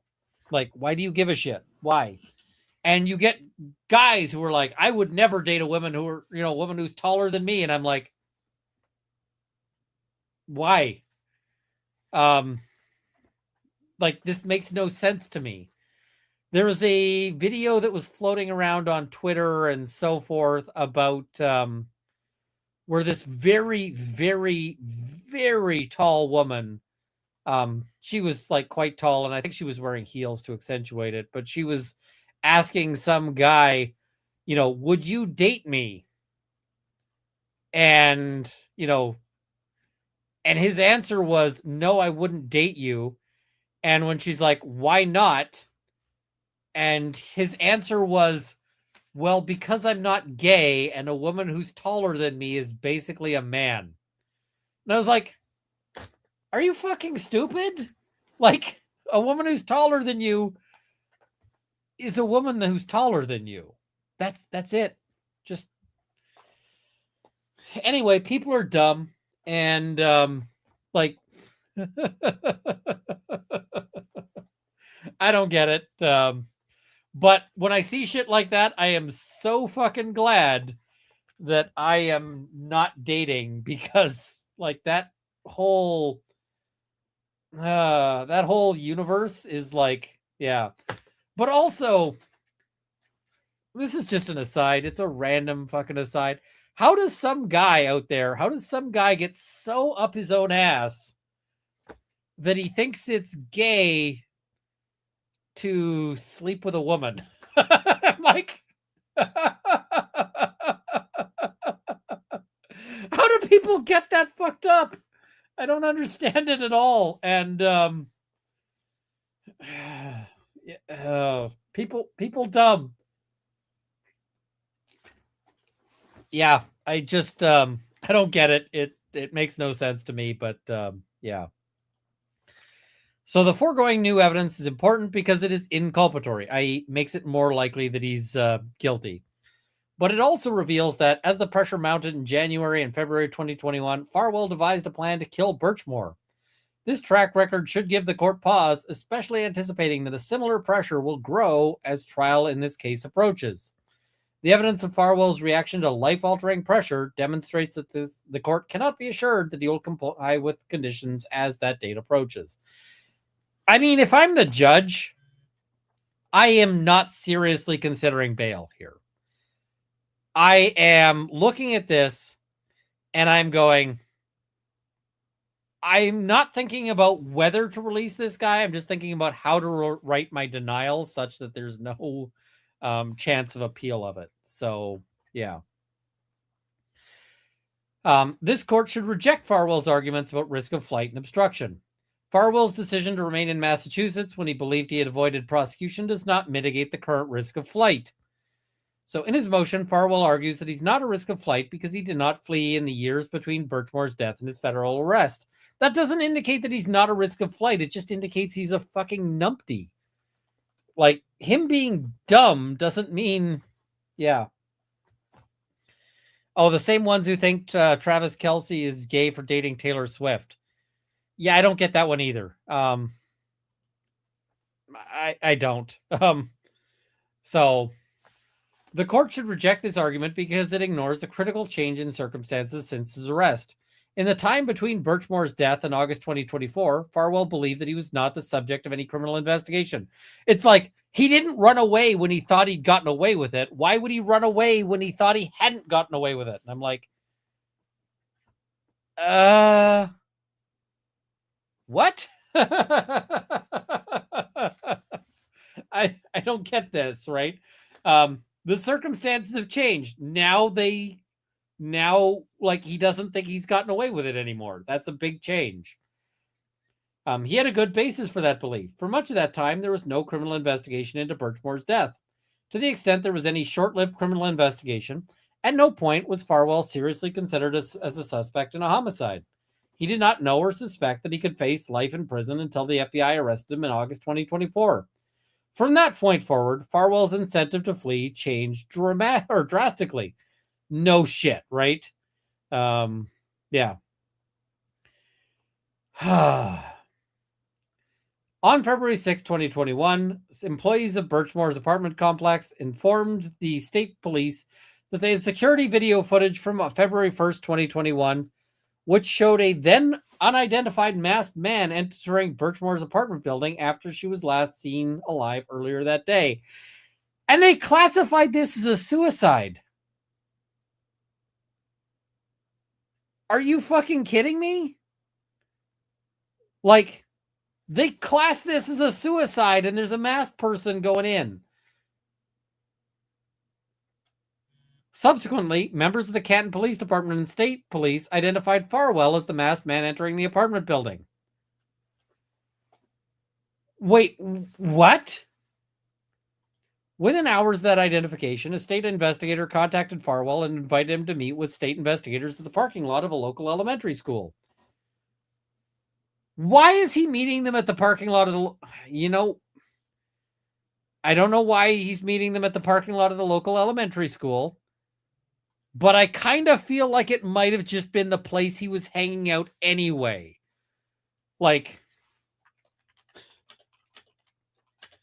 It's like, where are you now? We can meet you. And he's like, I'm just hanging out outside the local elementary school. And they're like, okay, that doesn't raise any suspicious questions whatsoever. We'll meet you there. Like, fuck. Oh, I laugh because it's fucking horrible, right? Like, all of this is terrible. Just, oh my God. There they discussed Birchmore's death for approximately 30 to 45 minutes. During that conversation, Farwell was not asked to provide a DNA sample or any evidence whatsoever from his personal phone. After the February 6th conversation with state investigators, Farwell retained possession of his personal cell phone for 3 days. Why don't they seize his phone? Oh, right, because he's a cop. If Farwell was anything other than a police officer, he would have been in fucking irons by the end of this, right? But because he's a police officer, they cut him every break in the book. People, I know this is going to sound like an asshole thing. Don't date cops. Do not date cops because it is a bad scene. Some police officers are good police officers, but if they are abusive police officers, then you are fucked. So unless you know for an absolute certainty that police officer is not an abusive shitbird, do not date cops.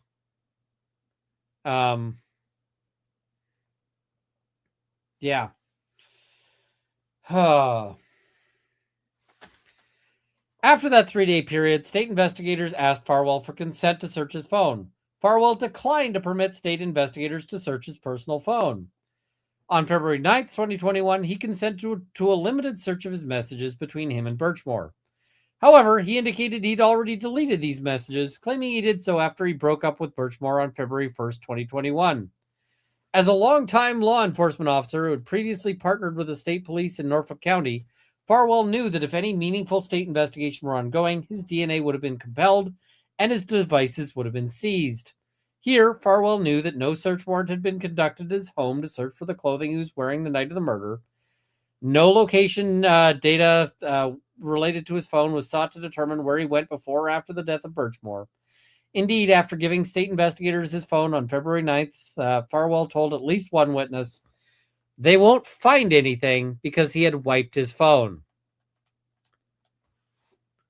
If Farwell had any concerns about being the subject of a criminal investigation, those concerns were allayed on February 11th, 2021, when Farwell's twin brother was investigated by state investigators. In that interview, state investigators assured Farwell's brother that any investigation was not criminal in nature and that no one was in trouble. Now, the thing is that the police can lie about that sort of thing, right? They can lie. When Farwell's brother told Farwell that he'd been interviewed, Farwell assured his brother that it would be over soon. In the fall of 2021, Farwell's brother learned that Norfolk County District Attorney's Office had concluded its investigation. Indeed, Norfolk County District Attorney's Office records indicated that the office's investigation was officially closed by at least August of 2021, if not earlier. At no point prior to August 2024 was Farwell treated as the subject of a murder investigation. He could be certain that, to the extent any such investigation ever did exist, it was closed at least by August 2021. So why is he going to run away from no investigation, right? The current posture and corresponding incentives to flee could not be more different. A federal grand jury has charged him with multiple crimes carrying a possible life sentence. And as I mentioned, if he gets the life sentence, it's not going to be very long. His life sentence might end up being like 15 or 20 minutes if he decides that he wants to do Gen Pop. The FBI has conducted a thorough investigation. His DNA is on the ligature found around Birchmore's neck. Witnesses have shared their recollections of his incriminating statements. And the court has set a trial date at which a jury will decide his fate. And I'm hoping that what the jury decides based on this, I mean, unless there's some other evidence, I'm open to other evidence, but unless there's other evidence, I hope that what the jury decides is fucking burn him at the stake. Under these circumstances, his decision to stay put prior to August 2024 is of little significance. New evidence supports a finding that Farwell presents a serious risk of flight and obstruction. Farwell's post-defense conduct includes his efforts to falsely portray Birchmore as suicidal and other criminal conduct involving extremely risky behavior. For background, out of the dozens of witnesses FBI agents have interviewed, not a single witness has indicated that Farwell expressed any remorse regarding Birchmore's death. Quite the opposite. At least one witness told agents that Farwell joked about Birchmore's death. So here's the thing. If Mrs. Runkle died and I had nothing to do with it, I would be seriously fucking upset. And if any of the women I had been romantic with before Mrs. Runkle, before I met Mrs. Runkle, like, you know, years, decades ago, if I found out that any of them had died, I would actually be really sad. And that includes the ones that didn't go well. That includes the relationships that went badly, right? That ended poorly. I would still be like, I am really upset that this person, and he's cracking wise about this shit. I can tell you, if I was at a funeral for, Squirrel and I were not romantic. Squirrel was a good friend. But if I was, if I had been at Squirrel's funeral and somebody had started joking about her death, I might have thrown hands and I might have gotten the shit kicked out of me because I was in Scotland. And so anybody I might have thrown hands with would have been Scottish and therefore probably way more able to kick the shit out of me than I would have been able to, but I would have been pissed. Nobody was cracking jokes at Squirrel's funeral. Nobody was cracking jokes at Corey's funeral. And I'll put a caveat. There were people who were like, joking about things like what Corey might have thought of this and that kind of thing. But nobody thought it was funny that he had passed, right? I think somebody made a joke that Corey would have laughed about whether or not the horses, had the horses' balls. Somebody might have joked about that. But nobody, I'm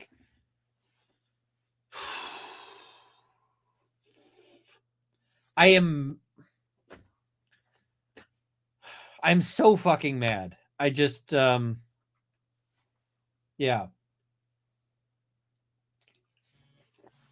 I rely on dark humor too, but there's a difference. Right? And, if I get hit by a bus tomorrow, right? If I end up, or, somebody kicks down the door and shoots me. I hope people would be able to laugh a little bit, but like, laugh about the good times, right? Laugh about laugh about some runkleisms, laugh about, um, what we're gonna do with the elf sword, like that kind of thing. But there's a difference, right? So witnesses also indicated that after Birchmore's death, Farwell spread rumors about Birchmore's mental health struggles, likely in an attempt to influence those who might be wondering whether he was responsible for her death. Farwell made other attempts to lead people to believe that Birchmore died by unaliving. Two witnesses separately disclosed that in the months after Birchmore's death, while Farwell was on leave from the police department, Farwell purported to reenact Birchmore's death. What the Yes, laughable Runkle cuddling a stray dog to stay warm. You know what? I mean, if I die and in the afterlife there are stray dogs who, want to cuddle up for warmth, um, that's an okay afterlife. Like, if me and that stray dog end up hanging out in the afterlife, I'm okay with that. Like, me and stray dog, we're good. So, somebody's saying we're gonna need that story. I will wait for a moment and then I'll retell that story. Okay, so I'm gonna kill the beer goal. I see Runkle have a beer. I'm gonna kill that goal. How do I end that goal? Let's see. Move goal. Remove. Start new goal.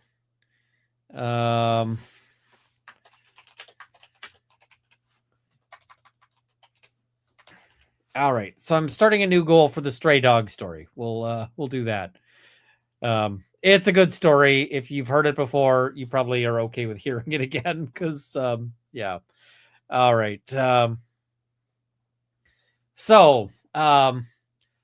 to witness disclosures at a small private gathering, an intoxicated Farwell was discussing Birchmore's death. During that discussion, Farwell sat down under a doorknob and demonstrated the position in which Birchmore was found, assuring the skeptical witnesses that it was possible for someone to unalive in that manner. At the time, it had not been publicly revealed that Birchmore was found hanging from a doorknob. So how did he know? How did he know? Interesting, right? In addition, even though the defendant did not flee before the FBI arrested him, there's evidence that Farwell engaged in other criminal conduct during the period between Birchmore's death and his arrest. Specifically, there is evidence of an S incident that involving a young adult woman that took place after Birchmore's death. This young woman reported to local police that in the summer of 2021, she met Farwell at a bar.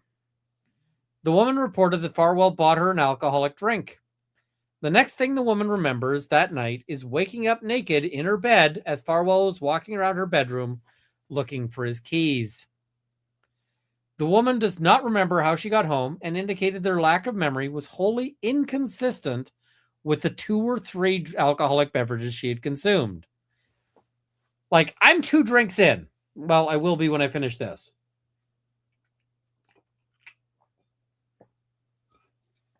Okay, I'm 2 drinks in.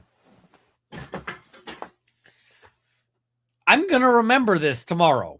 I am not unconscious. I am not insensate, right? Like, it's 2 or 3 drinks isn't going to, so unless those drinks have something else going on.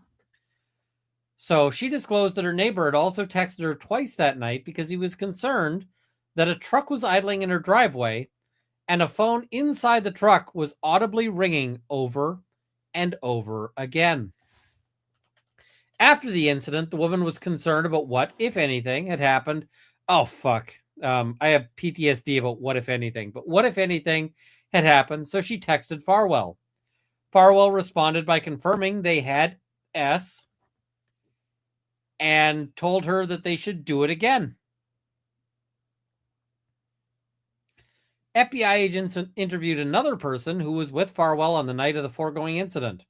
This former friend of Farwell confirmed that he saw Farwell approach the woman in the bar. The woman appeared to be drunk and crying, and Farwell began to flirt with her. Who the fuck sees a woman who is crying at the bar, like crying, and goes, I'm going to flirt with her? You know who? I'll tell you who. A fucking predator. In the same way that a predator will come running if they hear like a wounded sheep. You know, if you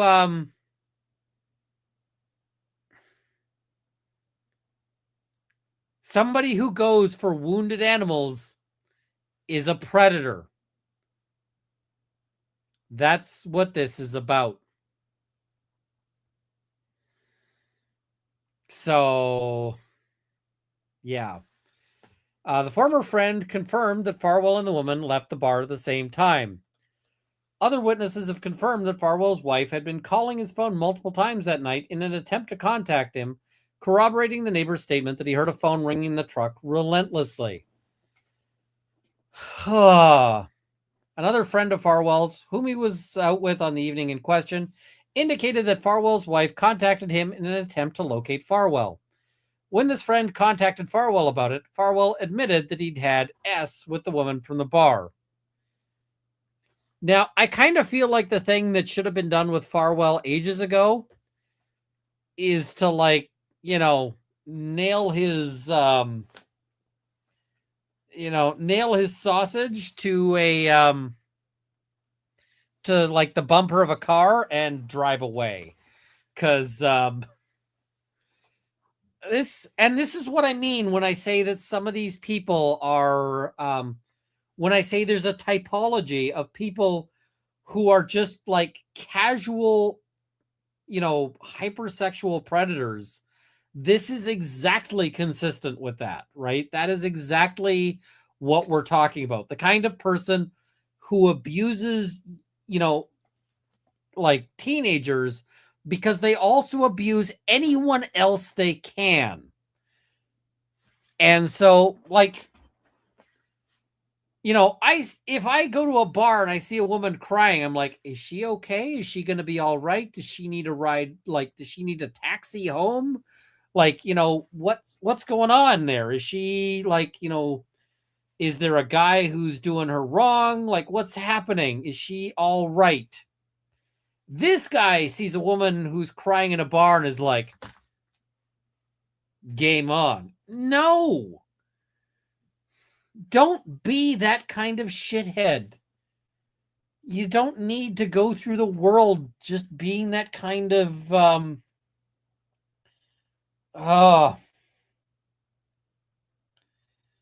so I don't know.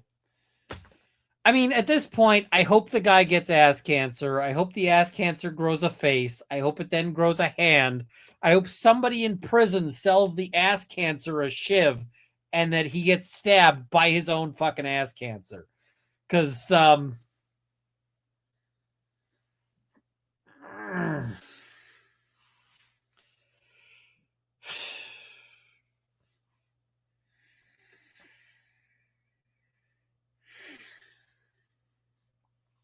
so Farwell's attempts to persuade witnesses of a false narrative regarding Birchmore and the circumstances of her death, as well as the evidence of his alleged sexual contact with an incapacitated woman following Birchmore's death, are circumstances alone that should give the court pause when deciding whether to release the defendant. But here, when coupled with the other overwhelming evidence described in the government's motion and Special Agent Castroida's affidavit, these facts make it clear that the court cannot be assured that the defendant will comply with any conditions of release. I mean, here is something to consider, right? This guy is the allegations are that he's a sex offender, right? And he's facing a life sentence. So, sex offender with a life sentence has zero incentive not to further sex offend because at this point, any sex offending he does is basically a freebie because they can't add to his life sentence. So, like, keep him in prison. Like, just keep him in prison. And if possible, keep him in an even smaller, shittier prison than the one he's in now. So Farwell's arguments are without evidentiary support. Farwell's motion focuses on the Office of the Chief Medical Examiner's report, indicating, based on the information available to the assigned medical examiner at the time, the medical examiner believed that Birchmore died by unaliving. Importantly, the medical examiner did not visit the scene of Birchmore's death. Why not? Why the fuck did the medical examiner not go see the scene of the death? And relied heavily on the first responders to thoroughly investigate the scene, which it turned out they fucking sucked at. Like,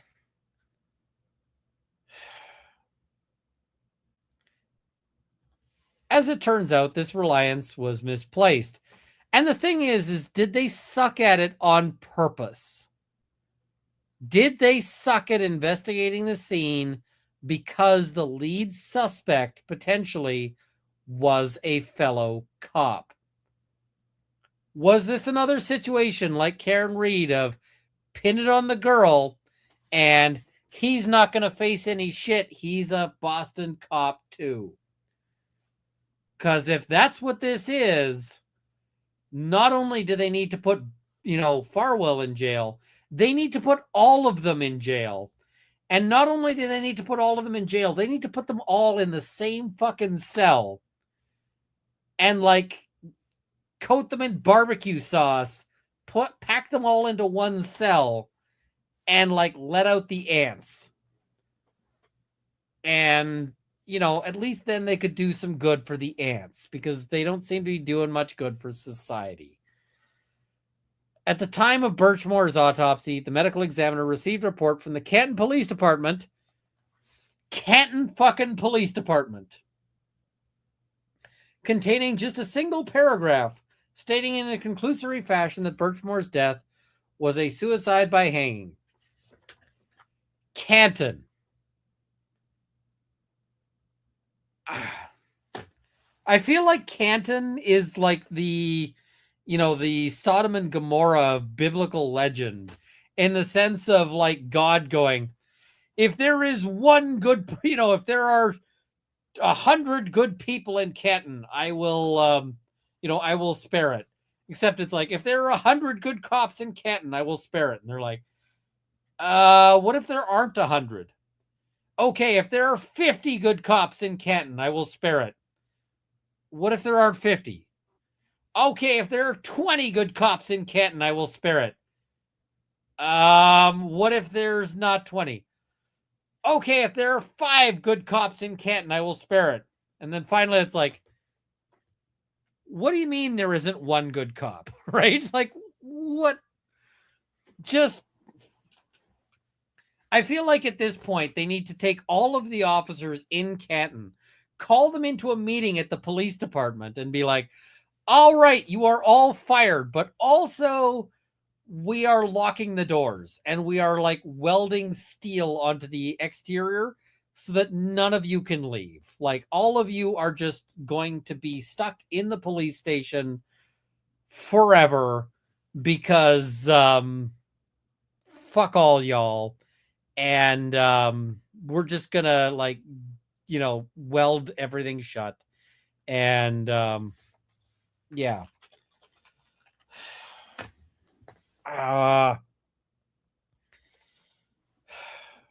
So fucking mad. In that one paragraph report, Canton police also misidentified the item from which she hung. The officer calls it a scarf. It was a duffel bag strap. Moreover, within an hour of responding to the scene of Birchmore's death, local law enforcement officers were notifying the medical examiner that there was no foul play at the time of the report. Similarly, state investigators submitted a report. And the thing is, The fact that the ME signed off on, like, okay, this is fine with that little information, indicates the ME should be fired. And by fired, I mean, like, maybe just, like, set on fire. I'm kidding, of course, but, like, similarly, state investigators submitted a report on February 4th, like, it's like, all right, some officers are going to get fired.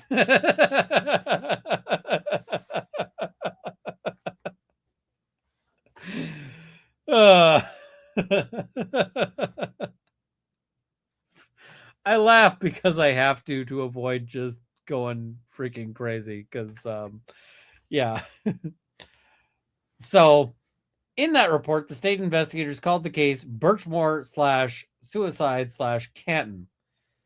They noted that antidepressant medications were documented at the scene, but did not notify the medical examiner of several other critical facts.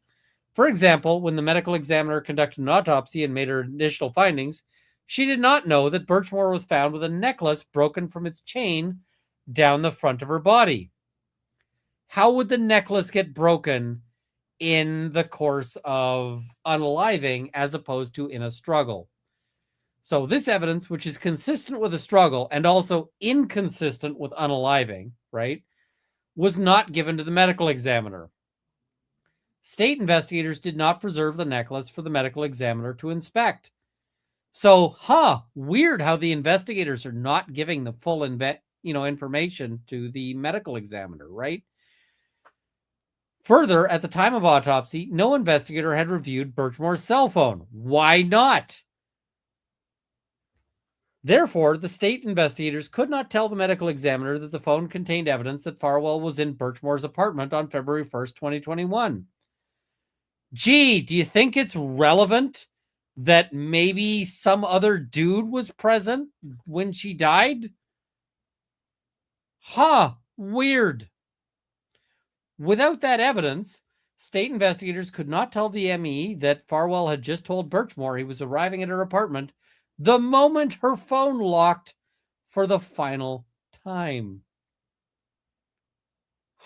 Weird. Similarly, they could not tell the medical examiner that Farwell was in Birchmore's apartment when her phone recorded its final step data. He's literally in her apartment when she stops moving. Oh, what a weird coincidence. Finally, they could not tell her that her phone was never accessed again whatsoever after Matthew Farwell was seen on surveillance video leaving her apartment. Had the medical examiner known that someone was with Birchmore when her phone activity stopped and the last time her movements were recorded, she could have considered these facts when making a determination in this case, and probably would have ruled homicide, right? Like,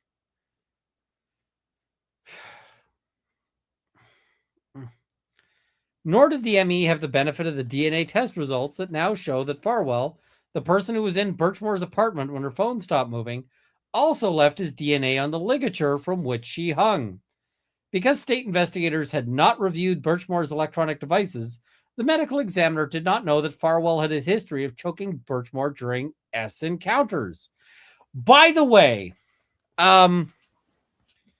choking is an extremely high-risk activity.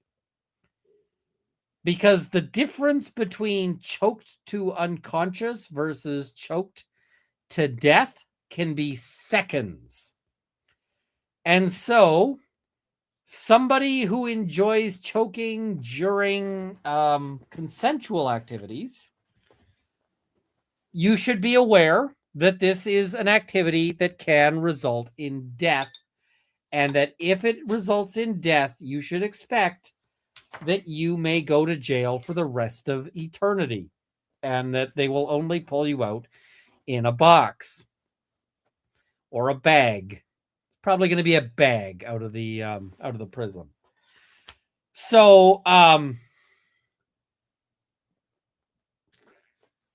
now that's if it's consensually during like recreational activities, right? That's if it's a kink thing. It's still fucking dangerous. But taking the kink thing aside, anybody who chokes you during abuse, if somebody gets mad at you, I'm going to embiggen myself because this is really fucking important. If somebody gets mad at you, and because they are mad at you, they start choking you, get the fuck out. You are going to die. It is the strongest. Choking during abuse is the strongest predictor of homicide in a domestic relationship known to man. You are going to fucking die. If your guy or if your girl gets mad and chokes you, if you stay in that relationship, you are going to die. Get the fuck out. And the reason why is because A, it's a fundamentally dangerous thing, right? Somebody choking you out, they can kill you super accidentally. But just the act of being choked at all can cause, clots. It can cause all sorts of things. You may, but if you get choked unconscious, the difference between choked unconscious and you wake up and you've got a headache and it really, you feel like shit for a week versus you get choked and you never wake up, 5 to 10 seconds can be enough to be the difference between choked out and choked to death.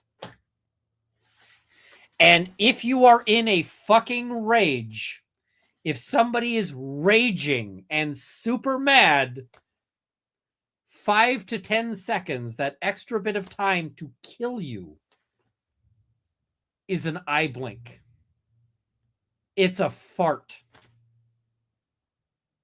It's a fart while you're fucking jogging. It just comes right out, right? So, just be aware. It is super, super, super important. Indeed, as a domestic violence expert, choking means hands on neck. Don't parse words. If they are grabbing your neck and squeezing it, and even worse, if they're using any sort of ligature, if they are, if they're putting a belt around your neck, if they're putting a cord around your neck, if they're putting a wire around your neck, any of that stuff, it is even worse than if they're using their hands. Any of that shit, get the fuck out. This is the advice I can give you that might save your life. Do not, right? Do not tolerate that. Do not. And, get out. Get the hell out because, yeah,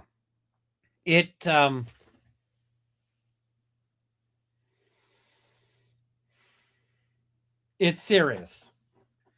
And I mean, there are people, and I say this, like I say the get out, I say it like it's easy. And I know it's not, because I know there's all sorts of reasons why people don't get out of abusive relationships. I know there's all sorts of difficulties. There may be kids, there may be, attachment, there may be financial issues, there may be all sorts of things, but,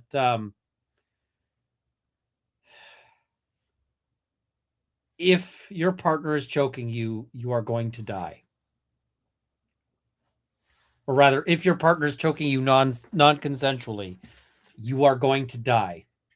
You need to understand how serious this is. You are going to die.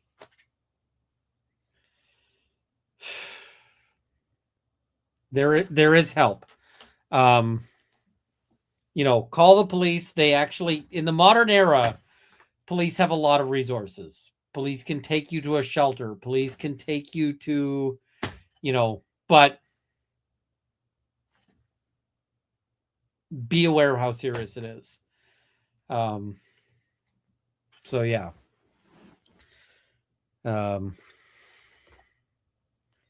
What am I drinking? I have opened an Innocent Gun. It is a beer that is aged in whiskey casks, and it's actually really good. One of my favorite beers. So, all right. So she did not know that Farwell had engaged in a new pattern of domestic violence in early January 2021. She did not know that Farwell had recently searched the closet near where she was hung. Moreover, it was not revealed to the medical examiner that 11 days before Birchmore was found deceased under a doorknob, a witness had called the Stoughton Police Department and exposed Farwell's sexual relationship with Birchmore. No one told the medical examiner that Farwell reacted by warning the Stoughton Police Department employee never to tell anyone about the call and sending Birchmore angry text messages about the serious nature of that disclosure. If that police department employee who got that warrant, like who got that report, if that person did not pass that along,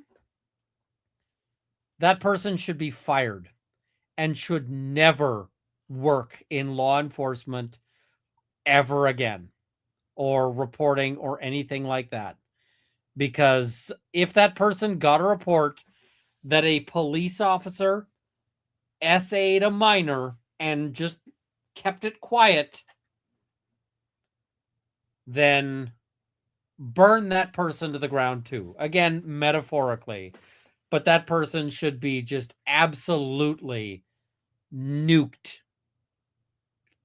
Just like, not working in law enforcement, not working in, like, just nothing that involves a position of trust, if that's the case. I don't know. I don't know, but yeah. Also, they might be a mandatory reporter, in which case, charge them, jail them. So, yeah. Finally, the medical examiner noted, but did not understand the significance of the perimortem injury to Birchmore's clavicle. At the time she made her findings, the medical examiner did not notice that the injury to Birchmore's clavicle, which was caused while Birchmore was alive, matched the buckle of the knot found behind Birchmore's head, suggesting that she could not have died in the position in which she was found. This is such huge, because, all right, we're gonna embiggen because I gotta talk about this. So when somebody unalives themselves by hanging, right? I'm just gonna use my belt as a demonstrative. Here we go. Runkle After Dark. So somebody takes the belt and this is going to cut in and is going to stick in whatever position it's in, right? I'm not tightening it. I'm not going to put any pressure, right? But it's going to stay in whatever position it's going to be in. It's not going to move. It's not going to shift. It's not going to anything. It's just going to hold fast. So when you see a situation where you've got one mark and then later a second mark, that suggests some interesting questions, because how do you get to a situation where you get those two marks? How do you get a situation where, and so if you've got somebody who was strangled in one fashion and then later was found in a different position, what that very strongly suggests is homicide. That is a very, very strong suggestion of homicide.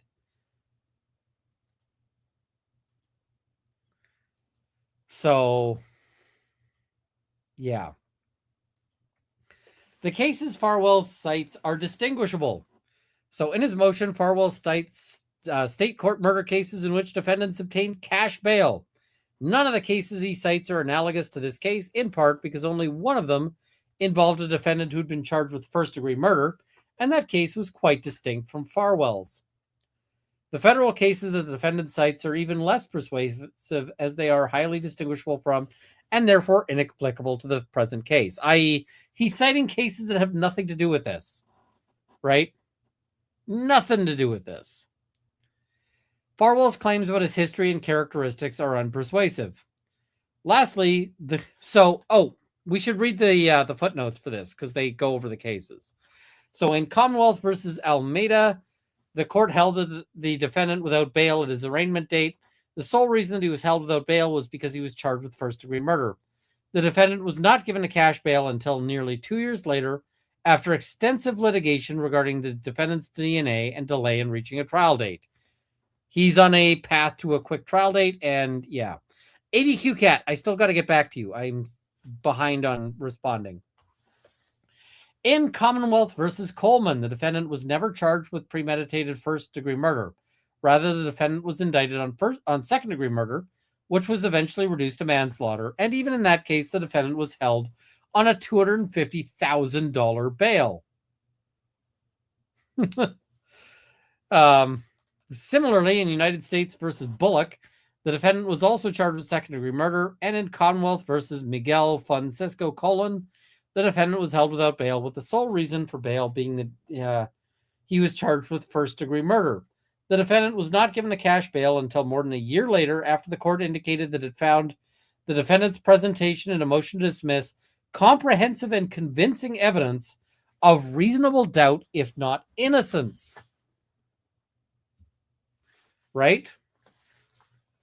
In United States versus Kelly, the allegations involved child neglect resulting in death, and the defendants were charged with felony murder and murder in the second degree. So, again, not really the same thing. So, the court cited potential for a viable self-defense claim, and defendant himself called 911, and conflicting evidence was presented at the detention hearing. All right, so they're citing a bunch of cases that have nothing to do with this. And did we hit the goal? We hit the goal. Awesome. I will tell you the story. Tell you what, we're at a gap. I'll tell you the story now. So, I've told this story before, but I'll tell it again. So I was representing a client who was on reserve.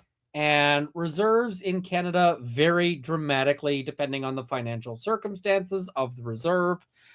But in this case, it was and this is like an Indigenous reserve. So in U.S. language, an Indian reserve, right? So I'm there, I'm on res, and my client says, hey, while you're here for this trial, why don't you stay with us? And I was like, sure, why not? I was like, okay. My client wasn't somebody I thought was super dangerous. My client actually had really good evidence of their innocence, and I trusted my client, and so I went and stayed with them. But the client was very not wealthy, right? So the client was like, we're on res, and the client is in this kind of shack, and the shack had holes in the wall that were covered with blankets to keep the, just to keep the, keep the cold air out. And so I'm like, all right. And so they set up a mattress for me on the floor. I'm staying on the mattress, and I'm not upset by staying on the mattress. I'm just like, okay, I'm going to stay on the mattress. But I'm sleeping on this mattress. I've got a pillow. I've got a blanket. And it's fucking cold. Because, I don't know if you know what Alberta winters get like. Wasn't winter. It was like fall. I can't remember if it was fall or spring, but it wasn't like deep winter. It was cold, though. And so the the blankets over the holes were not making it warm. They were making it less cold. And I'm freezing. I am just really, really cold. I can't sleep because I am so cold. And so I'm sitting there and I'm like really cold. And finally, this dog shows up, and the dog climbs into climbs onto the mattress next to me. And like me and this dog sort of snuggle up. And now I'm a little warmer because the dog is warm, right? So now I'm snuggled up with the dog, and you know, we're a little warmer, and I get some sleep. Like I actually like I don't sleep great, but I get some sleep. I wake up, I'm still, tired, but like I'm okay. And they're like, "How'd you sleep?" And I'm like, "Not great. It was really cold, but I couldn't get to sleep until like the dog snuggled up with me, and then it was warmer, and and then like so I snuggled up with your dog, and I was a little okay after that." And they're like, "We don't have a dog." And I was like, "What?" And they're like, "We don't have a dog." So a res dog climbed into the building through one of the holes, and this res dog snuggles up with me. And so I was curled up with this stray freaking dog. And like it was just like, okay. So it was just some random dog that like is nobody's dog. And I'm just like, all right. So we had day one of trial. And then it was like there were multiple days of trial. And they're like, "So are you coming back to stay with us?" And I'm like, "I'm gonna stay in the hotel. I'm gonna get a room at the hotel because I need to sleep better than I slept last night because yeah." But yeah, I ended up snuggled up next to Res Dog. And like the thing is that res dogs are actually kind of dangerous because they know people well enough to like gravitate to people, but they're also wild enough to like decide to bite you and eat you. So like the res dog just kind of, it was chill that night, but it could have been like actually dangerous. So it was like yep. So I was just like, I'm gonna get a hotel. Like, it's like, yeah, I spent last night snuggled up with a like half feral dog. So we good. How big was the dog? It was a pretty big dog. It's like, a pretty substantial pup. So yeah, it was a moment. It was fun. But yeah, I was like, all right, that that is a thing there. So no, it wasn't a person. It was definitely a dog, but it was it was just like, yep. um was my client acquitted? Yeah, at the end of it, the prosecution invited a dismissal before the end of the trial. So they had witnesses against my client, and those witnesses fell apart on cross. So eventually the prosecution is like, "I don't like my case," and they dropped it. So um unless you can guarantee the dog is coming again, I think I'll get a hotel. I got a hotel because either way was kind of not good. So I was worried it was going to have like fleas or something. Like it's like some random res dog. And it's like, oh god. So yeah, when people are like, "Hey, and the funniest thing is, so I had a client, indigenous guy at one point who was like, um, basically he was kind of giving me shit. And this client was giving me shit because he's like, "Oh, you're just some cityfied guy and whatever else." And I told him this story and he laughed his ass off and was like, okay, you're all right.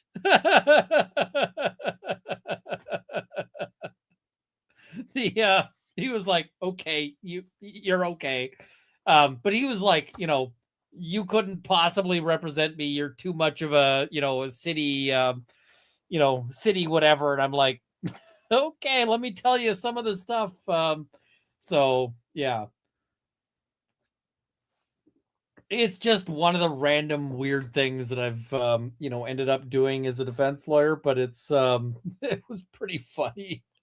It's funny in hindsight, right? It's funny after the fact, but at the time I was like, when they said we don't have a dog, I was like, what? I was just like, what? Um, this is my second favorite Runkle story after the client in Indigenous gang colors. Oh, I can tell that story too. So I'm there as duty counsel in Fort McMurray. Fort McMurray is it was a mostly indigenous and town, and then became an oil town. And so Fort McMurray, oil boom town at this point. So I'm there doing duty counsel, and what duty counsel means is that you represent whoever shows up who doesn't have a lawyer yet. And so I'm there, and just you deal with the people who show up for like docket days, but you're also going to deal with all the fresh arrests. So I'm doing bail for all the fresh arrestees, and so I go in, and there's they've got a guy, he's a fresh arrest, and they bring him out into this little, like, the back room in the courthouse. You go in, you're sitting in this little tiny booth, right? It's like the size of a closet. And there's a glass wall with like a little speaker thing that you could talk through. And on the other side, they've got the dude. And they bring dude out. He hasn't spoken to bail yet. And dude shows up, and he's wearing this jacket. And the jacket has, in like bright letters, red alert, REDD alert. And to put this into perspective, where do I have something that's the right? Here we go. To put this into perspective, this guy's color was something along the lines of this. Super fucking white. Now, Red Alert, REDD Alert, is an indigenous street gang. So it's for indigenous people, like only indigenous people are in Red Alert, and they do crime. They're a gang. That is what they do. They do violence. And I look at this guy and I'm like, what the fuck? What the fuck? And he's like, what do you mean? I'm like, what is with your jacket? And he's like, oh, I got this at Goodwill. Or Salvation Army or whatever it was. I can't remember what, if there was Goodwill. So he bought a secondhand coat. And the secondhand coat had gang colors on it. And I'm like, is there anything in your coat that you can't lose? And he's like, why? I'm like, because you're going to lose your coat. He's like, what do you mean I'm going to lose my coat? I'm like, you are wearing the colors of an indigenous street gang. If you walk into court wearing that, the court is going to assume that you are a very pale indigenous guy who is a member of a gang, and the court is going to be super pissed at you for wearing gang colors into court, and the court will deny your bail for having the audacity to wear gang colors into fucking court. Don't. And he's like, what? And I'm like, and here's the second part of this, what's going to happen is that you will then get taken into custody wearing your gang colors and sent off to a remand center. And people will see you wearing the gang colors of the indigenous street gang.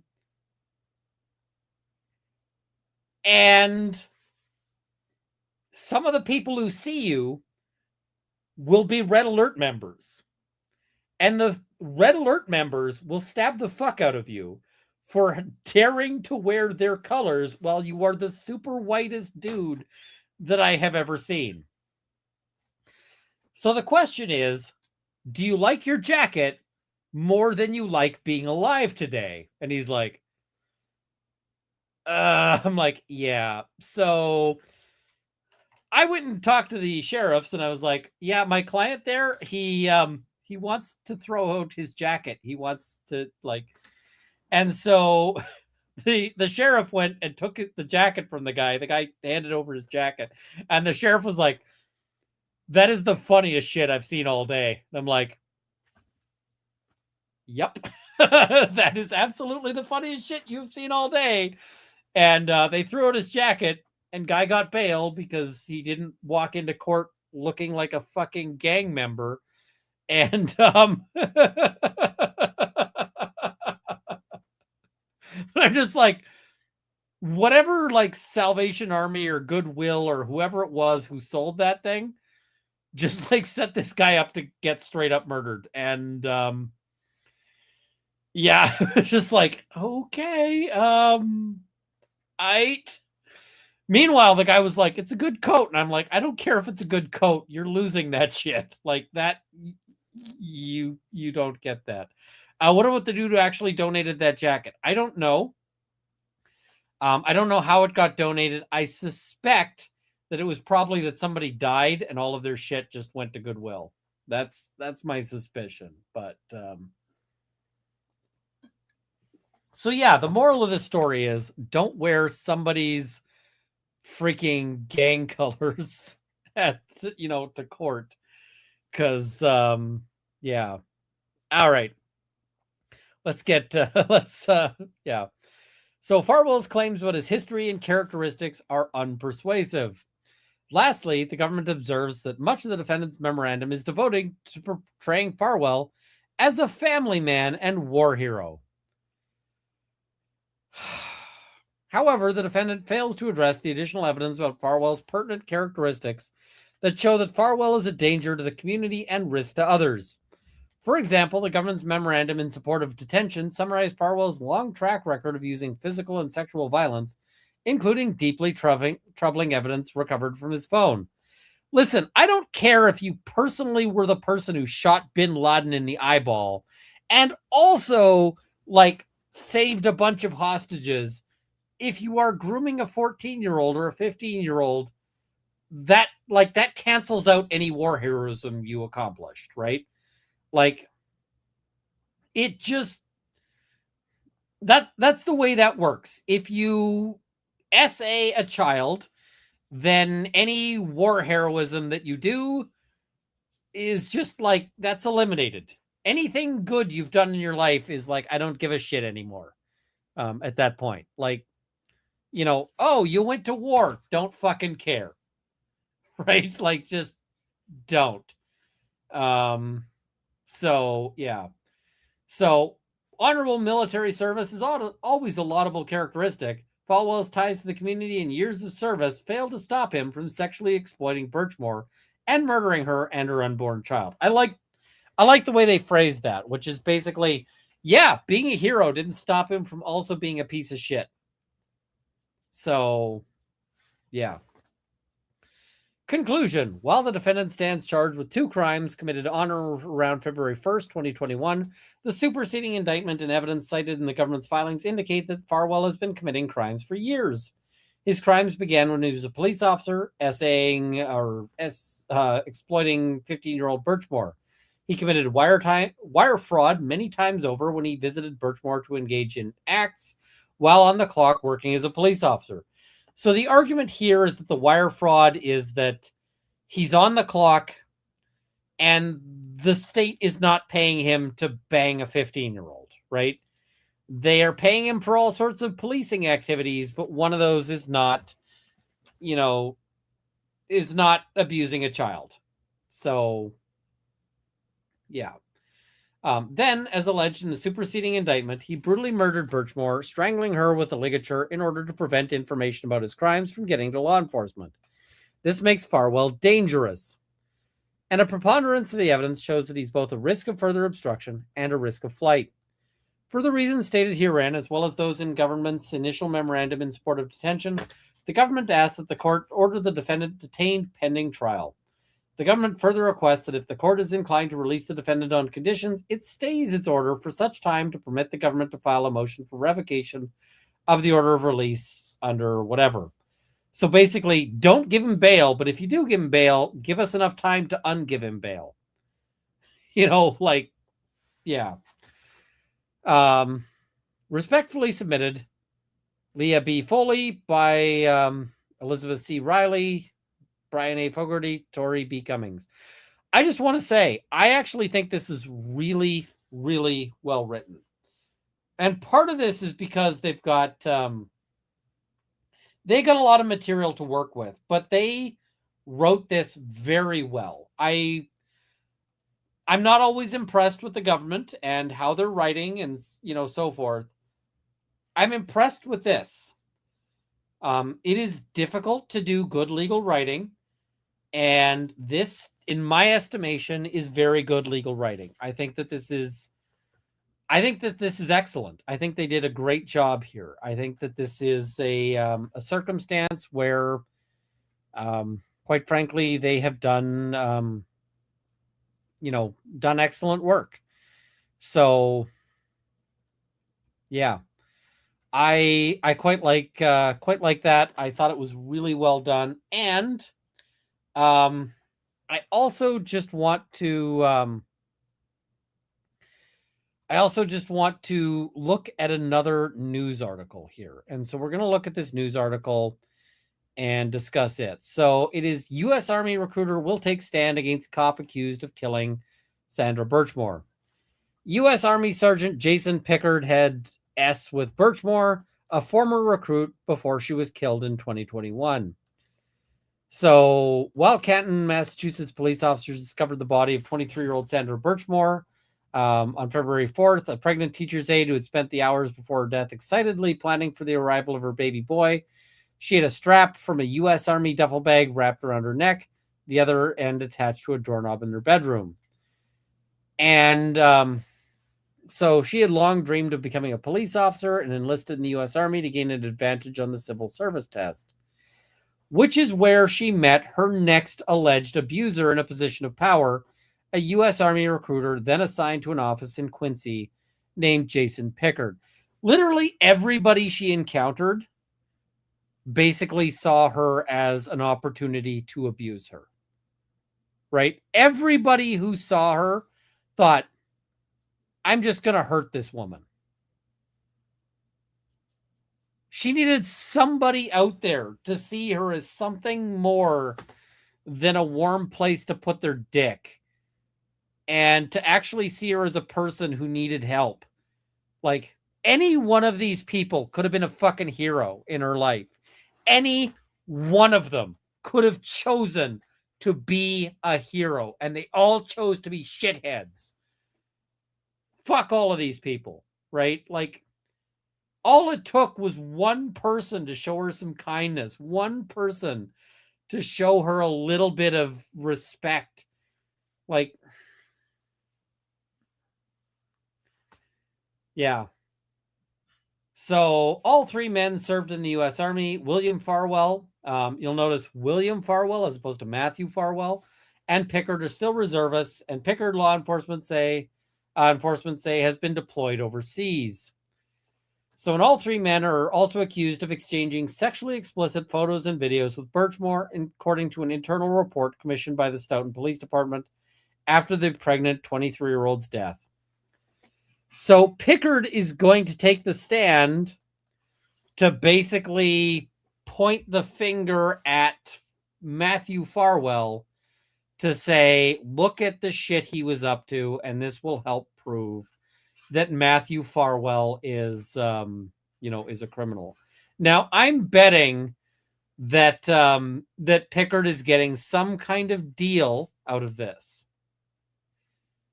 And, so it may be that he ends up never getting prosecuted, or maybe he gets prosecuted for some, for some lesser offense. And William Farwell told investigators he had sex with Birchmore in the parking lot outside her Canton apartment building just weeks before her death, after she told him Matthew was the father of her child.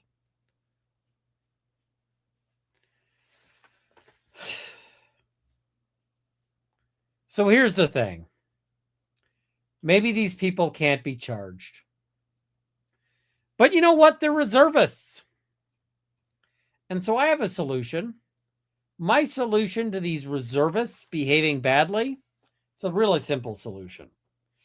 Right now, the U.S. is at war with Iran. And so the simple solution here is that we take these two reservists and we deploy them as fucking ordnance. Like, just drop them on something from a plane.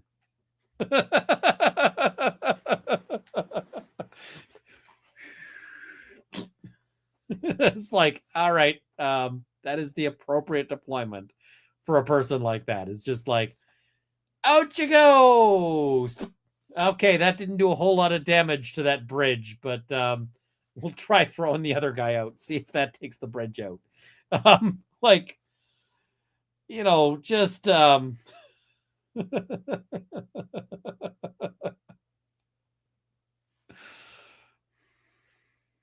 just, yeah.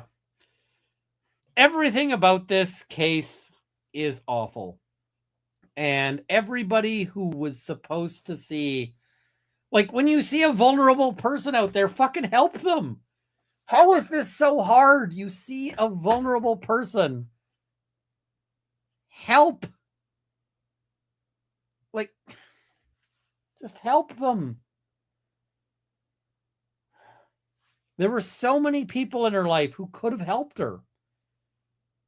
And she was on the path to trying to help herself.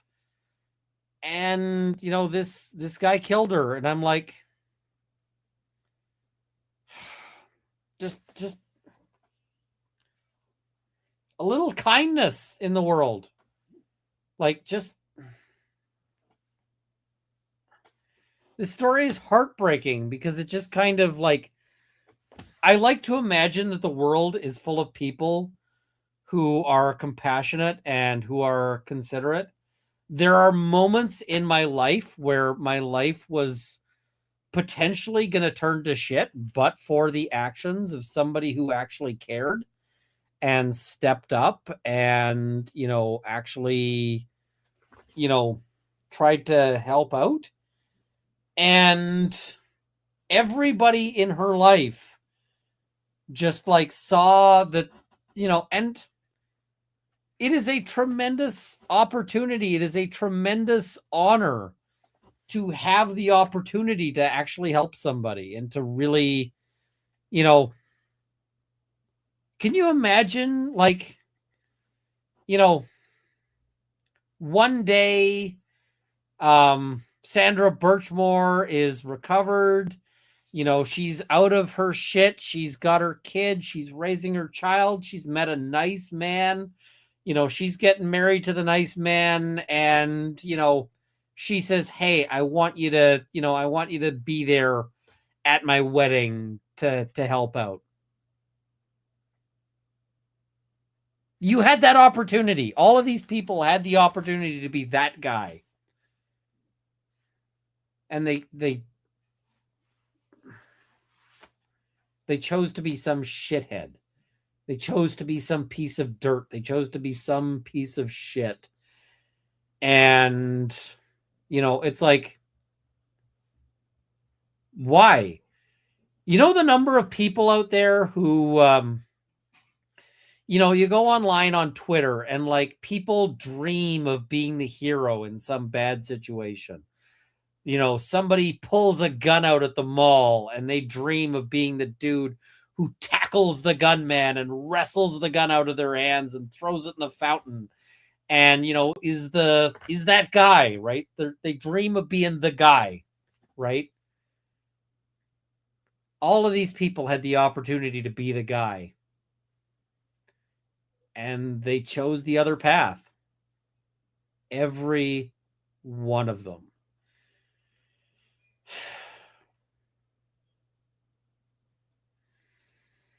So yeah, when we're done, I'm gonna be hugging the dogs because quite frankly, this just makes me super fucking depressed. And if they're found guilty, there is no jail cell small enough, there is no jail cell cold enough, there is no jail cell dark enough to really, cover for this. And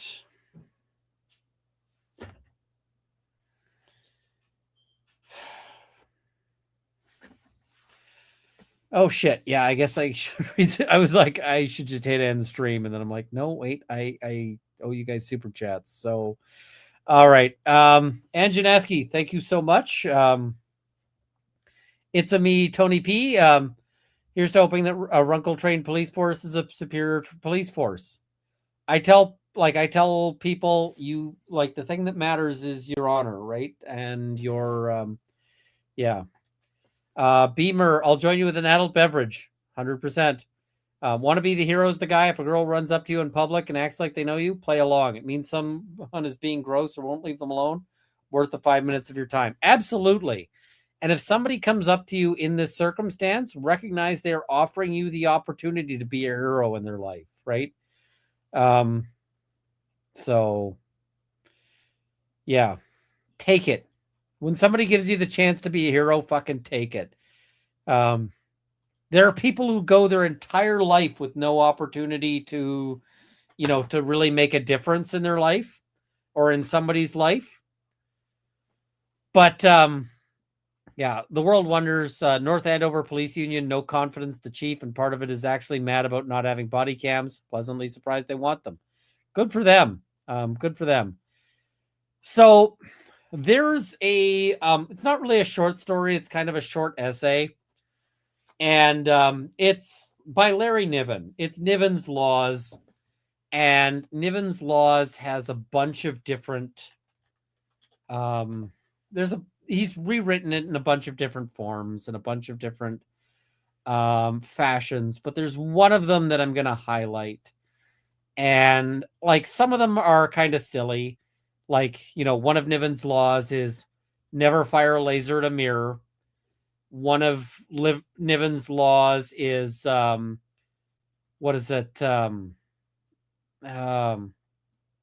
Writers who write for other writers should write letters.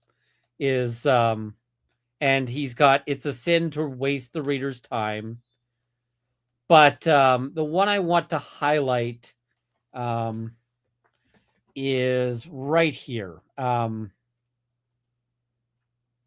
this is from Wikipedia. And he wrote it in kind of an asshole way because Niven is like, he's a bit of a dinosaur now. But this is the law I want to highlight, one of Niven's laws. Old age is not for sissies. Now, if you actually find the original period, like the original serials and like collections of anthologies where he writes this, what he basically says is, his rule of old age is not for sissies is backed up with think before you take the coward's choice. And what he means by old age is not for sissies is the aspect of, if you take the coward's choice, if you take the choice of not doing the right thing, if you take the choice of not helping somebody when they need help, of not standing up when the situation needs bravery, of moral cowardice, moral weakness when the situation calls for moral strength, one day you will be sitting in a hospital bed and you will have not a lot to do other than think about your life and whether or not you spent it well. And in that moment, you will have to think about whether you made the right choices, whether you took the right approaches, whether you, what your regrets are. Oh, I see maybe my internet connection's acting up. 1 second.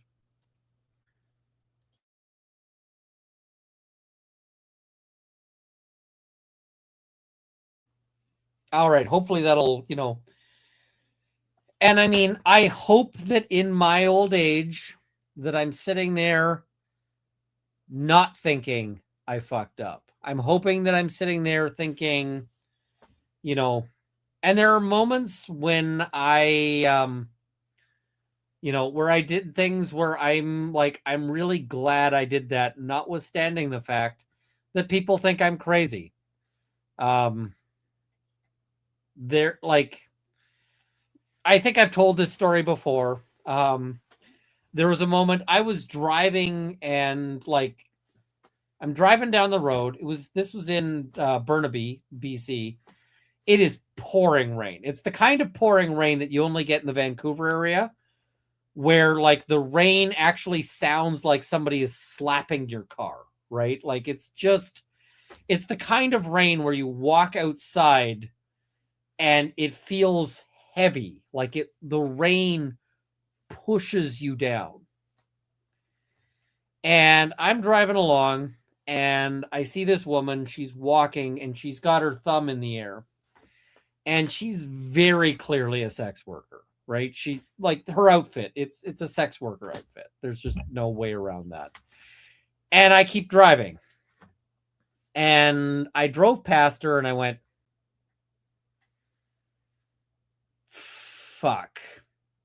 I don't know if she's working or if she just needs to get out of this fucking rain.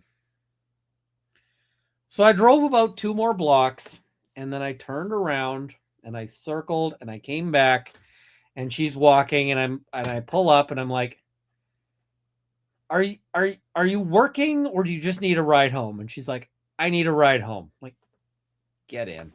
It's fucking miserable out. And so she gets in and I drive her home because it's fucking raining. And we talk a bit about like, what's going on. And I just drive her, drop her off. She goes, she goes home. And I'm just like, at the end of the day, it would have been really easy to keep driving.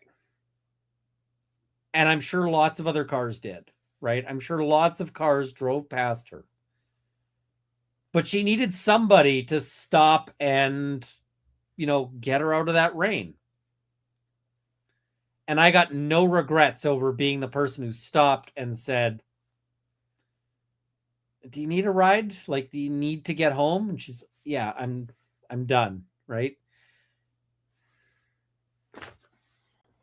It's really easy to see and see somebody out there and be like, okay, she's a sex worker, and just like devalue her or whatever. Stand up, be the person, and be the person you need. um have you ever been in trouble? Have you ever been afraid? Have you ever been in a situation where you um have you ever been in a situation where you needed help? um like um think about whether you wanted help in that circumstance, right? Think about all the people who have saved you from shit. I've got a video out there about how I became a lawyer, and it really comes down to one person believed in me and, and did me a kindness. And but for that one act of kindness, my life would be very different. I don't know where it would be, but I don't think it would be here. I don't think it would be, in a house in, warmth with 2 dogs and a wife who loved me and, a fridge full of food and all of that shit, right? I don't think that that's where I'd be, but for that act of kindness. And every so often you will get in your life the chance to be that act of kindness for somebody. Why would you waste that opportunity? Like, why? It's like you get a winning lottery ticket, you just decide to throw it out. Like, why would you waste the opportunity to be that in somebody's life? I don't understand it. And this whole story is people who had that chance and just went, no, I'm going to be the asshole in this story. So, yeah, I'm tearing up. I know getting emotional, but it is what it is, right? And so yeah.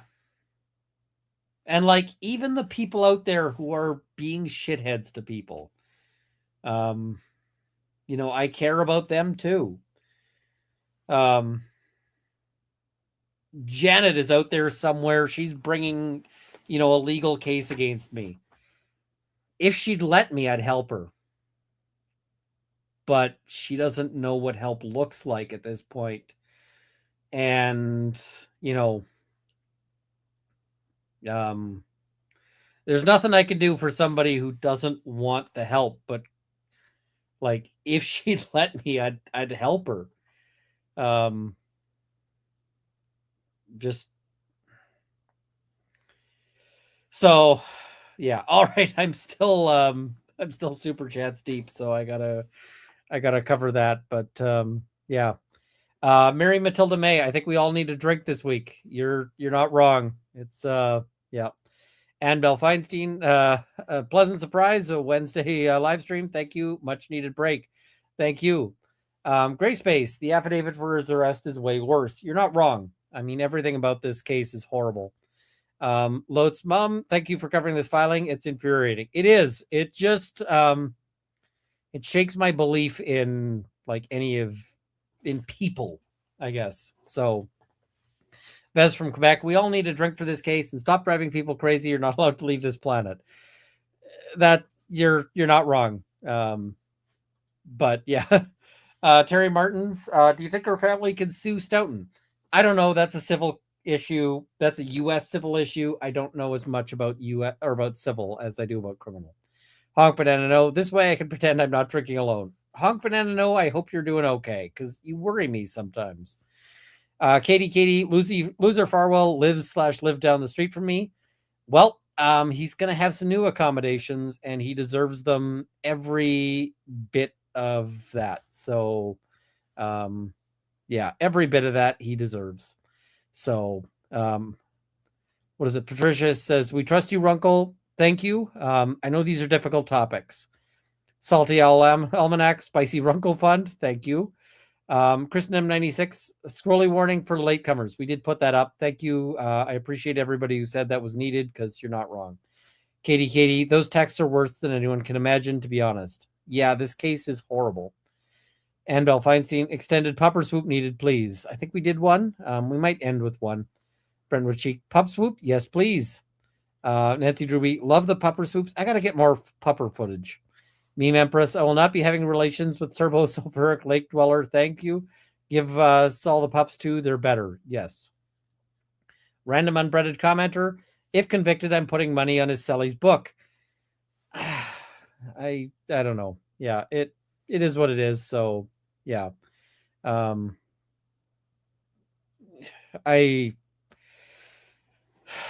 mean, I hope he lives to 140 in a very small cell.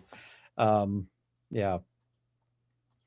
Wendy Wilkinson, can never have too many pupper swoops, especially with content like this. Thank you. Meme Empress, why and how do so many of this region of MA's cops all appear to have two brain cells fighting for third place anyway? Is it the water, food? It's nuts. It's the brain worms. They all have the brain worms. Random unbreaded commenter, desire for human colander isn't just people inside. Yeah, this case is so horrific. Honk Banana, no, I dislike this trend of getting pup dates behind a paywall ransom, but your grift improves. Golf clap. Fair, thank you. Love it live. I started watching you during the Karen Reed trial because Turtle Boy was talking about your channel. Then I saw you were a Magic the Gathering fan like my husband. So bonus. I haven't played Magic the Gathering in ages because at this point, the stuff I don't have that's lost, I can never replace, and I would just be sad about it if I was playing again. So Yeah. Laura Christine, thank you so much. Much appreciated. DSN, thank you for being a member. Really appreciate having you here. Katie says, heck yes. Thank you. Random unbreaded commenter. Wait, how old was he? 15 might survive shanking. He was well over 15. Music to my soul. Runkle, if you're interested in covering this trial in person, I'd love to donate to help cover your cost for that. And I'm sure others would too. I got to see if I can. Karen McCourt, thank you so much. Piney Woods Law and Crime. So adore your show. Thank you. Glad to have you here. And thank you for the 5 gifted memberships. Much appreciated. Against the Tide says, please like to help Runkle reach his pro bono goals. I hope to have a big announcement on that soon. I really hope. Really hope. So we'll see. DSN, thank you for 5 gifted memberships. Much appreciated. Joy W says, for the demonetization fund, thanks for covering this topic with sensitivity but outrage. I think it's impossible to have sensitivity here without outrage. Because, yeah. Hawk Banana, no, you've successfully unlocked my goal of fixing another drink for myself. Catch up. Fair. I bought lemon juice, so I'm going to make myself a paper plane later. Musings of Apathy. Special swoop request. Can you catch the puppers in zoomies so that the swoop is actually a swoop across the screen? Maybe. I'll have to take them to a dog park and film, but the last time I tried to film at a dog park, somebody got pissed off at me because they're like, why are you filming my dog? And I'm like, I'm filming my dog. And they're like, but my dog's in the thing. And I'm like, because they're dogs. They run around like that. I'm not filming your dog. I'm filming my dog. Also, I can't really film it in the backyard because the backyard right now is full of poop. Backyard is full of dog shit. So I got to get that cleaned up, but it's still like thawing. Canada is kind of awful for that because the dogs go out and poop and then it freezes and then the snow and then they more poop. And so as it melts, it's like poop archaeology. So yeah. Can I film the dogs on the new land? Yes, I will do some of that. So that I'm going to, but right now I can't make it up there. Pro Hawk VJ, come to Boston. I will try. The Miss Monty, thank you so much. Jackie O'Mai for the demonetization fund. F. Farwell and massive props to Ms. D. Yes. Kayla Atkins, have a drink. Lol, thank you. Lady Tanya from my lawnmower guy comes over and we hang out for hours. We're just friends. It's the best friendship, right? You can just have friendships with people. I understand you're salty. I agree. Fair. Law-abiding rebel. Sad topic, but glad for Wednesday Runkle. Cheers. Cheers. I was like, I am super busy, but I'm still going to cover this case because this case makes me mad. So Google says Castroida related to Castro means fort or castle. So badass, but not funny. I'm still going to go with the funny. Smith & Wesson M&P 2.0 carry comp in 9 is my noob suggestion.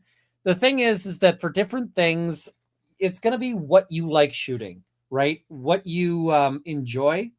So if you're looking at like a first gun, go to a range, like go to a ladies' night, ask to try some stuff out. People will have different stuff. So, Runkle, please rent a car tomorrow. I'm not renting a car, but my car is hopefully fixed tomorrow. So that's the plan. This is heavy. Thanks for covering it. It's a difficult one. Suzanne says, Runkle, have a drink and come to Boston. I will have to do that. So I also had a meeting with my partner manager today at lunch. And the partner manager was like, have you tried running ads on your lives? And I'm like, people hate that. But he's like, I want you to try running ads on your lives, so I'm going to have to try it. And he's like, well, I see you've got a live scheduled for tonight. You're planning or I told him I had a live scheduled for tonight. And he's like, why don't you try it tonight? And I'm like, you don't want me running ads tonight. You don't want that at all. So he's like, okay, when are you streaming after that? So yeah.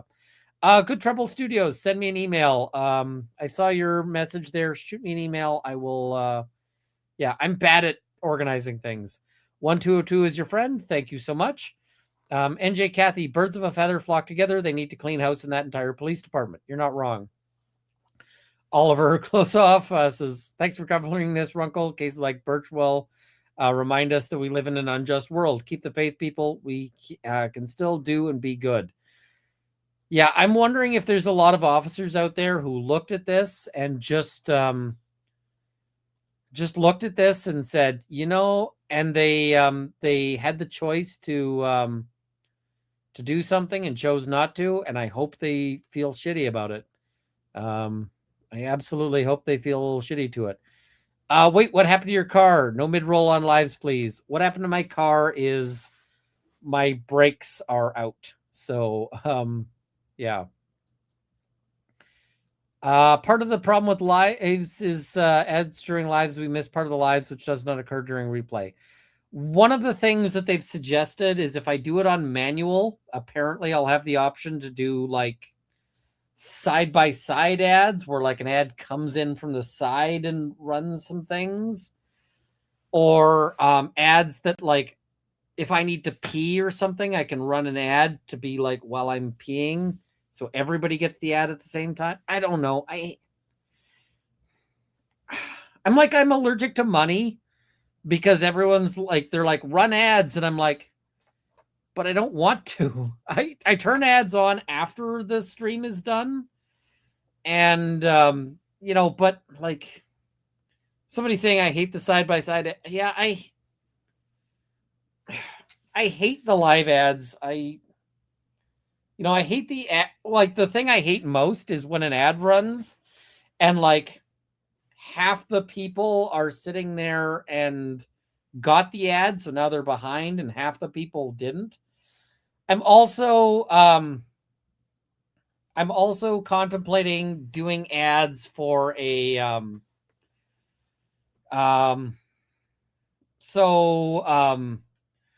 a VPN company reached out, was like, hey, do you want to, like, would you do ads for us? I might reach back to them and be like, hey, sure. I gotta figure all that out. I hate ads during live streams. I get it. How do YouTubers make money from watchers that have premium? YouTube pays for premium. Like if you don't see the ads because you have premium, YouTube gives us some money from you having premium. So, yeah. You know what? You should try to be taller. Not sitting wrong, says Secret Labs customer support. I need to replace this chair one day. Josh Clover, I'm a 6'6" dude, live on my own, and often in the hospital doctor's office.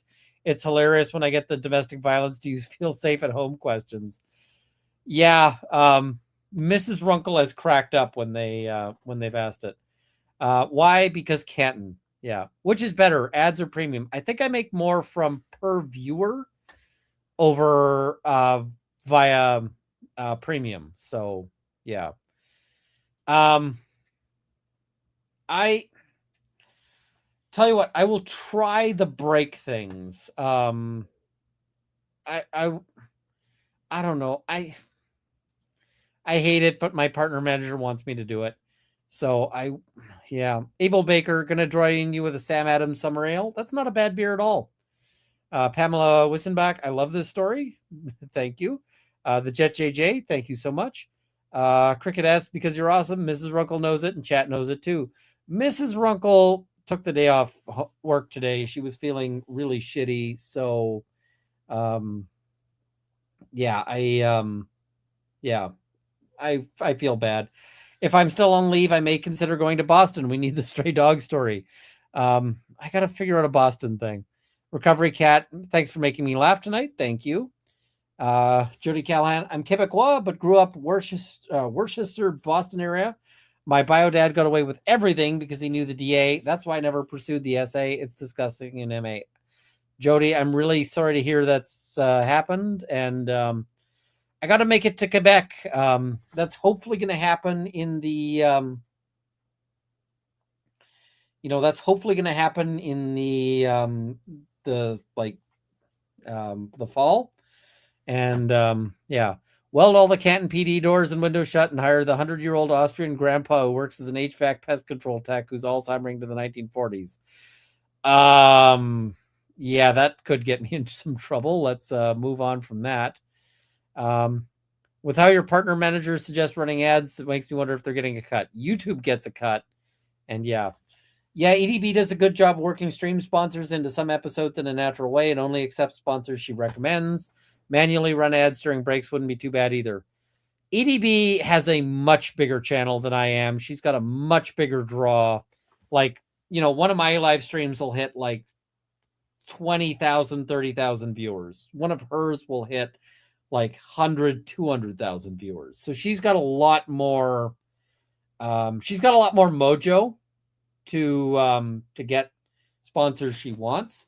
Most of the sponsors who reach out to me are either scams, like they're trying to steal my YouTube channel by sending me viruses, or they are or they're for like shitty things that I don't want to that I don't really want to advertise. So like I get people who are like, hey, will you advertise our gambling thing or our like NFT thing? Or I'm like, no. The number of like partner with us things I turn down is like, yeah. You need to figure out a way to cross promote with Bad Dragon. So I have been emailing Bad Dragon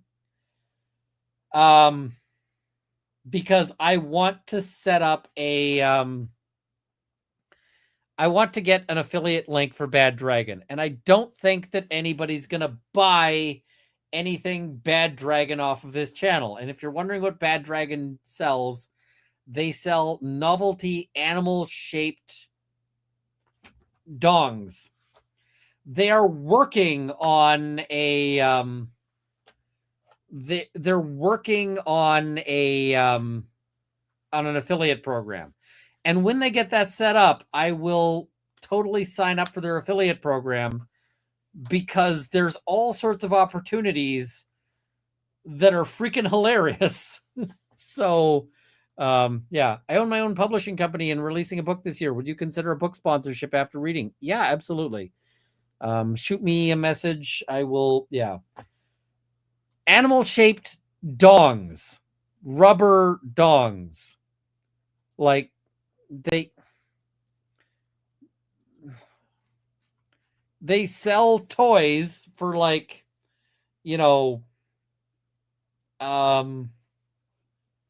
romance that are shaped like, animal things. They market mostly to furries. And they're like tentacles. They're like all sorts of things. And, yeah, I covered one of their lawsuits where they sued a company for stealing their shit. And, yeah, so, anyway, if that goes, I will totally do something like I've got a firearm that I'm building the dumbest possible gun, and I will totally like mount a Bad Dragon thing on it to just make it even dumber. Instead of a bayonet, we'll just have like some, whatever. And yeah, so I don't expect to make any money doing it, but it'll be hilarious. And I mean, maybe. Ohio Pom Mom, the police corruption runs rampant in Massachusetts. You're not wrong. Justin Jargon for the amazing domestic violence PSA. Thank you. It's important that don't let anybody choke you in anger. Piney Woods Law and Crime, thank you for the super sticker. Suzanne D, this is my budget for the night, but I want to hear the story. If anybody is short on money, please save it for yourselves, save it for your families. Yeah. URL to your stream with Rob about Amaranth a few years back. Lots of good info in it. Yes, I caught a bunch of shit because people don't like Amaranth, but I mean, it's mostly a domestic violence sort of thing there. And yeah, for the doggo story, that different doggo story, but yeah. What is it? Piney Woods Law and Crime. Love, love, love your heart. I wanted to share my chronic pain story with you so you'll know you're not alone. Not sure if you're email, you're a mensch. Runkle of the Bailey, all one word, at gmail.com.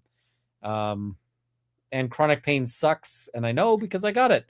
Luna Dewdrops, goal. Thank you so much. Daislav or Act M and Carey, working, but I'll catch a rerun. Had the founders foreseen the future, they would have written a very different Second Amendment, blah, blah. You're not wrong. They probably would have said, did we freaking stutter? So I once snuggled up with wild raccoons outside a raccoon rehabilitation center. My friend had me at, they were in his car, and I was like, oh, friendly, and went to sleep in the car while they ate food I brought from the raccoon center. That sounds pretty awesome. So yeah. Whoever says, I'm short on money, but if I'm able to become a lawyer, I'll donate a bunch because I don't need that much money. The first years of lawyering are pretty rough, I'm just going to say, in terms of financing. So just be aware of that. Emmy loves makeup. Thank you for the super sticker. Gerald Manning. Oh, wait, we just read this one. Red lips and lashes. Ian, you're one of a kind, and your compassion for people is just as genuine as it gets. Heart you. Thank you so much. With the makeup discussions, I got Mrs. Runkle some like lip, what I don't know what it's called, but like you paint it on and then you peel it off and it leaves color. And so she was like, can you get me some of that? And I got her some of that. And yeah, she was like, I really like this. And I was like, oh, I was so glad. It's not lipstick, it's lip stain. There you go. So yeah, I don't know. I'm like, I don't know what the word is for this, but she paints it on, she peels it off. It's a color. Yeah. So did not expect to feel better about humanity. There's better and there's worse here. Michigan Farm Boy, I appreciate your coverage of these topics, even when they're difficult to get through. You always approach them with humor where appropriate, compassion for others' suffering, and trying to bring light where you can. Thanks. Thank you. These stories make me depressed, but yeah, honk banana. No, my dog prefers orange food, sweet potatoes, carrots, oranges, but not cheddar. She's weird. And then honk banana. No. My dogs are pissed at me because they're on a diet. So yeah. Sibling Creature, thank you for 10 gifted memberships. Much appreciated. It's Bree919. Met my SO by giving me a ride to work when I saw him walking on the side of a busy highway in the rain. Now been together 4 years now. So grateful I stopped. Right? So Rustic Review Lab, I'm having a mojito and smoking a pipe. Tobacco for you. I've never smoked, but pipes kind of have a certain style to them. Mojitos I like. Me and Mrs. Runkle, once upon a time, we went to me and Mrs. Runkle went to Costa Rica. And one of the things we did in Costa Rica is we took this boat tour, and it was basically the boat goes out to like along the coastline, and then when it gets to its destination, you get out, you snorkel around, and then you get back in the boat and you go back. And they promised unlimited mojitos. And so, we got in, and they had like this, they had a bar, and the bar was covered in mint. Like everywhere was covered in mint. And so me and Mrs. Runkle had a bunch of mojitos. And by the end of the before we got to the snorkeling part, they were like, we are out of mint. We cannot serve any more mojitos. And yeah. Oh, people are pointing out, I have seen you smoke, and it's like, yes, but not tobacco. So I do occasionally smoke other things, although mostly edibles. Gerald Manning says, don't be allergic to money. You could do good with it. I'm working on trying to do the pro bono thing, and I'm hoping. Expert of all, way behind on the stream at the 1 hour 50 mark. You got me a little misty-eyed, beautifully said and framed. Thank you. I got me a little misty-eyed. JMR says, oh, wait, we just read this one. That is some solid trolling, JMR. I love it. Michigan Farm Boy, have you seen Pew View's video with his revolver that he decked out like your new 410? Since you mentioned add-ons, I will have to do a video with mine soon. But yeah, by the way, I got some hate mail about my Afroman stream. I got some hate mail from somebody who's like, Runkle, how dare you smoke weed on a stream? You are you are a role model. And to that,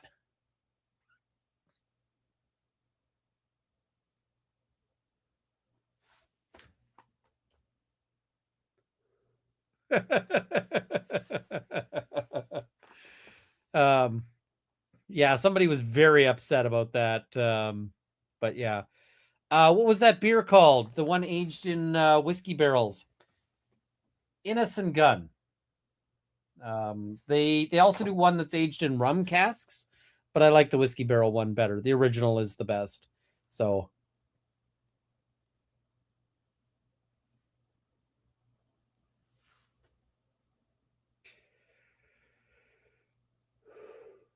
yeah, this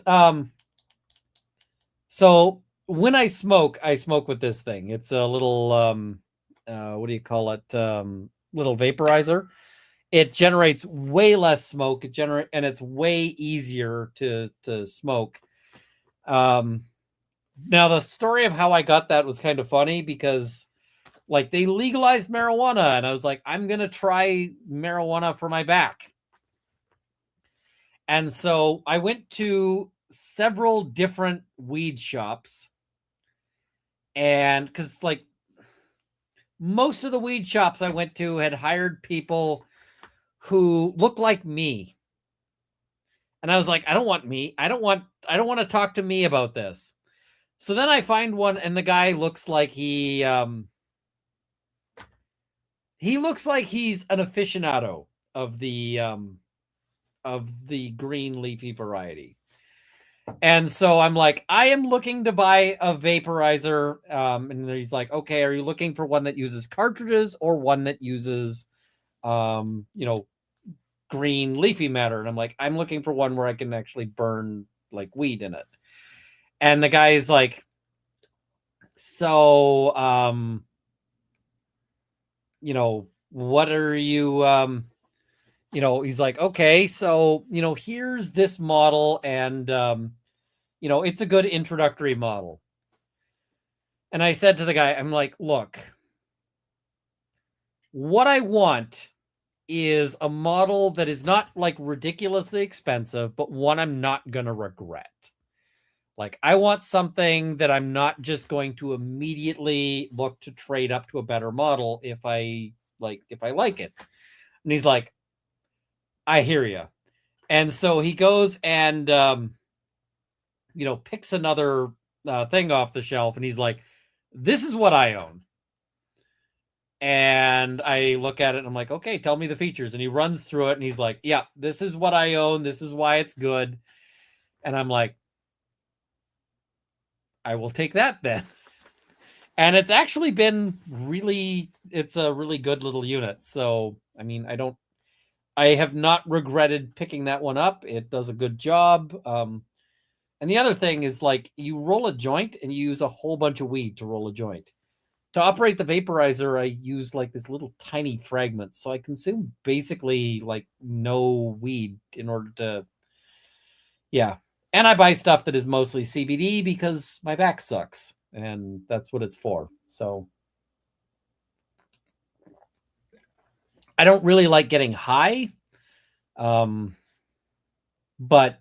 I like when my back doesn't hurt. So yeah. I'm so glad you showed the bottle. I was going to look for Innocent Gun. No, it's Innis, INNIS, and GUNN. They are not a sponsor, but Innocent Gun, if you wanted to sponsor me, like, call me. Because, I mean, that's a sponsorship I'd take. Instead, I get people who are like, sponsor my gambling site or like sponsor my AI legal service. There's an AI legal service that will not stop fucking emailing me. I've told them that I'm not interested and they email me like every week. And they're like, you need to sponsor us. We do AI legal stuff. And I'm like, fuck off. Like, have you not seen my videos? I do not do the AI. Look, I've got this.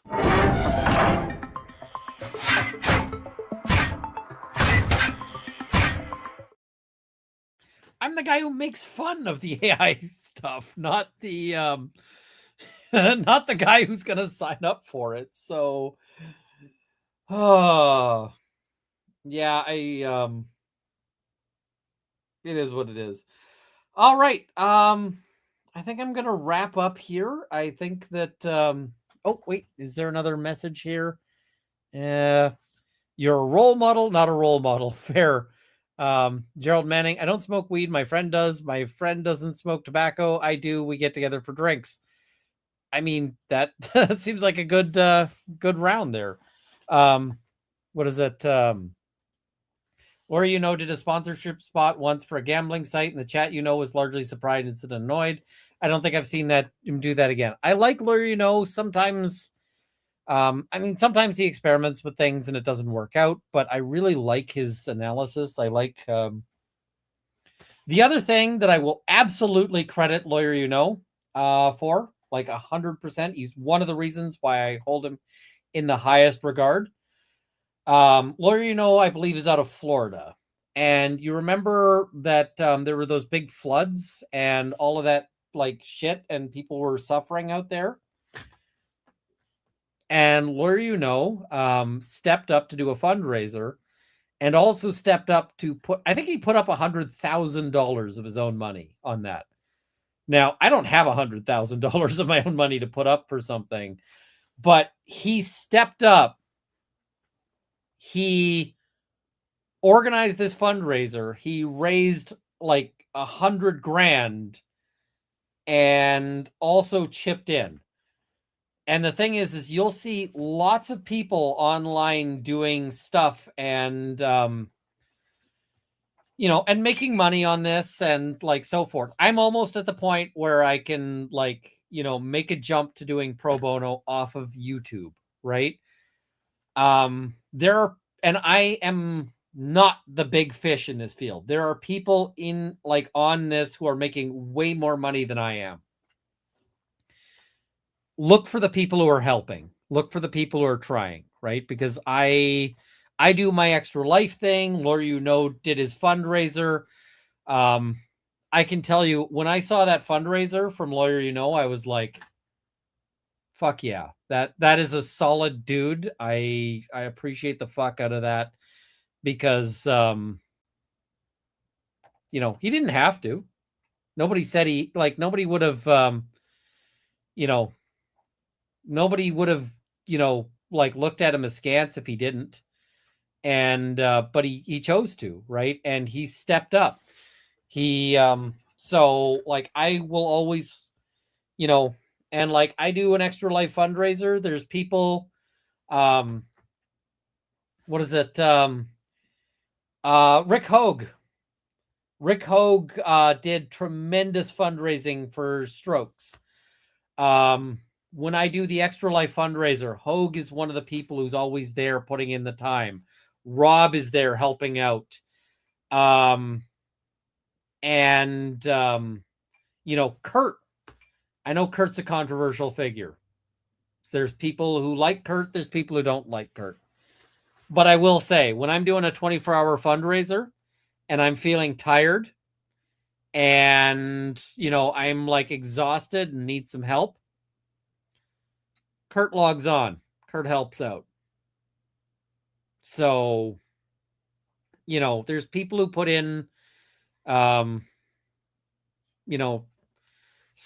watch for that, right? Look at the people who are out there helping, and it tells you a bit about, because it's really easy to do this and just look for yourself. So, yeah. Yeah. Also, as much as Kurt is controversial, and I don't always agree with him, I do have to think when he when he does legal analysis. Kurt is smart. Andrea is smart. Lawyer is smart. Rob is smart. There's a lot of lawyers out there. When I look at them, I'm just like, holy shit, their analysis is really fucking good. And, so yeah, I mean, I like, yeah, I'm kind of introspective and feeling, I'm kind of, I guess, over talking because I just kind of,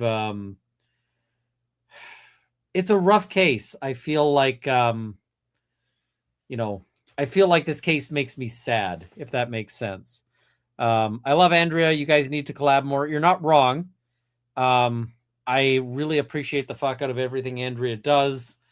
And Andrea is the smartest person in LawTube. And I say that absolutely. Andrea is the smartest person in LawTube. And people go, what about you, Runkle? And I'm like, did I fucking stutter? Andrea is the smartest person in LawTube. Andrea is smarter than I am, and I'm not like, I don't feel bad about that, right? So yeah, I just if I got into shit in the US and I needed a lawyer, Andrea, yeah.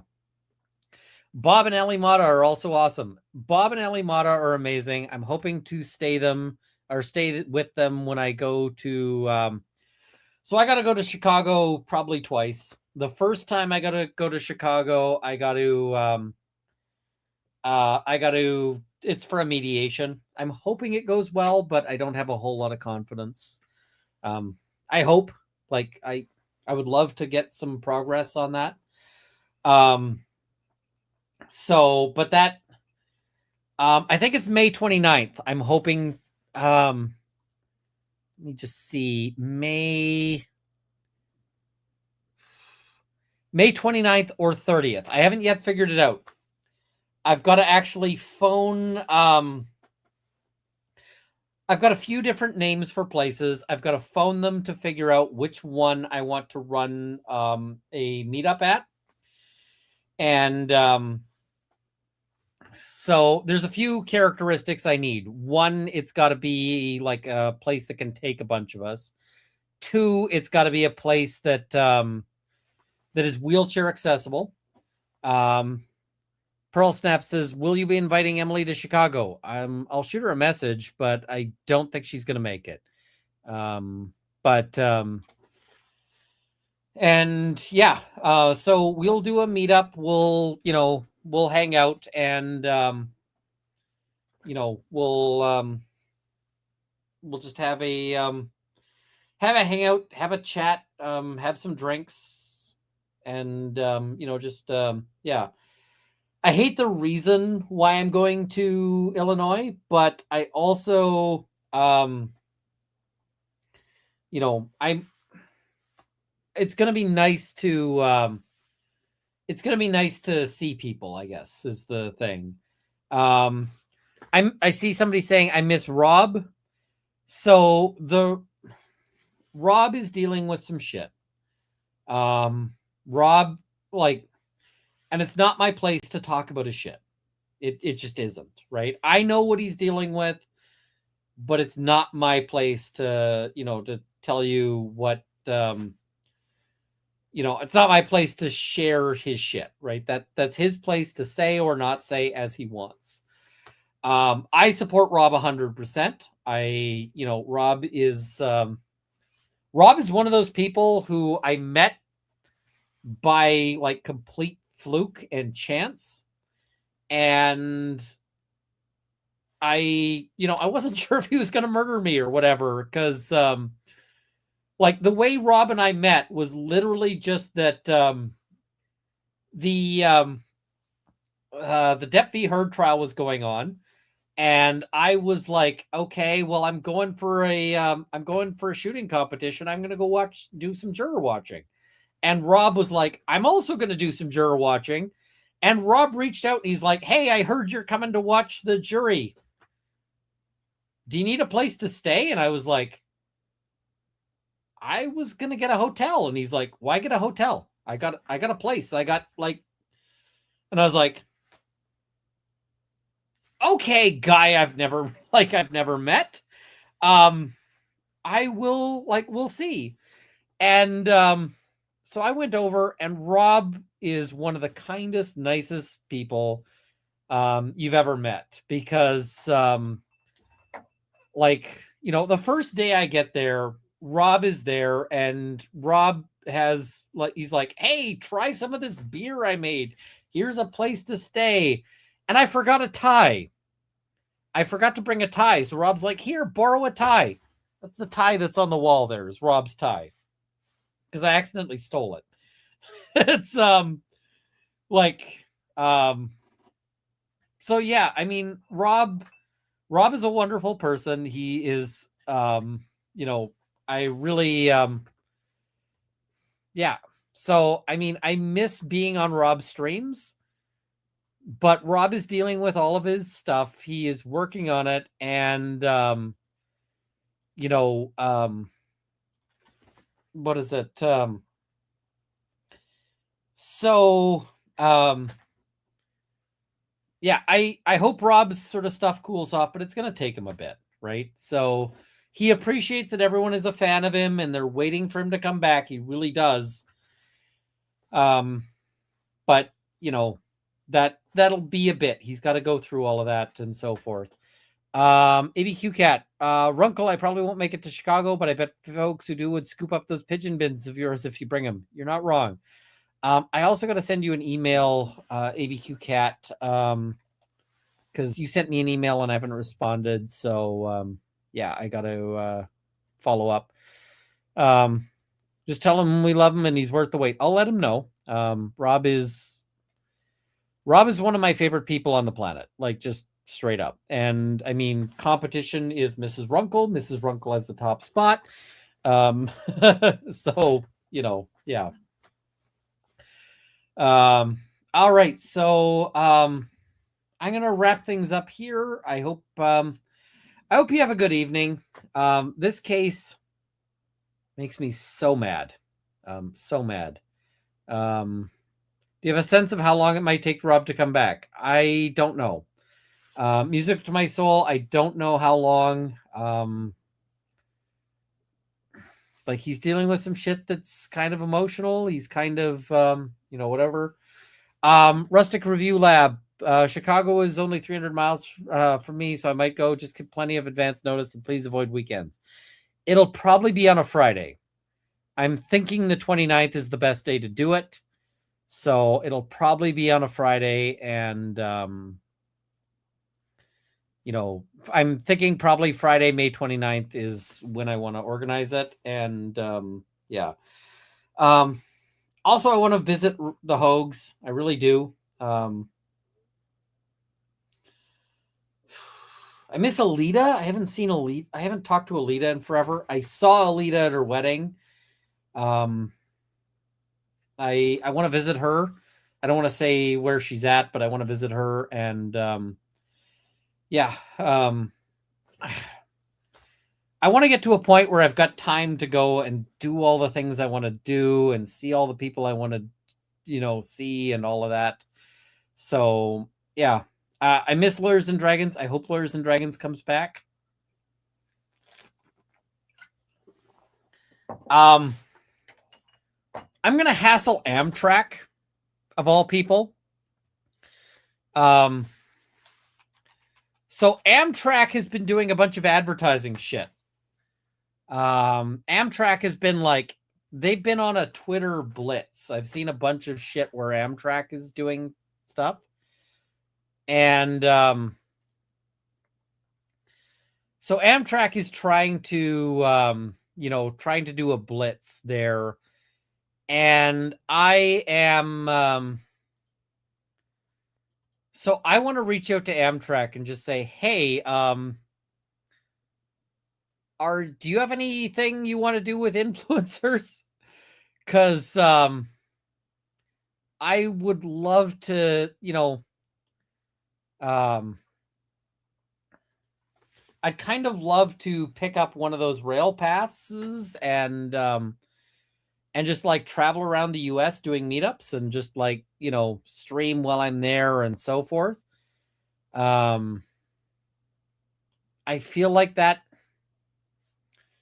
Yeah. Am I planning to redo the Montreal meetup? Yes, I am. Probably in the fall. So, but I feel like it would be pretty awesome to get one of those rail passes and then just travel from place to place on the train. But if I think the rail pass is only available for coach, and I would really, they don't offer like a multi pass for they don't offer a multi pass for the for like a thing with a bed. And yeah, Edmonton meetup.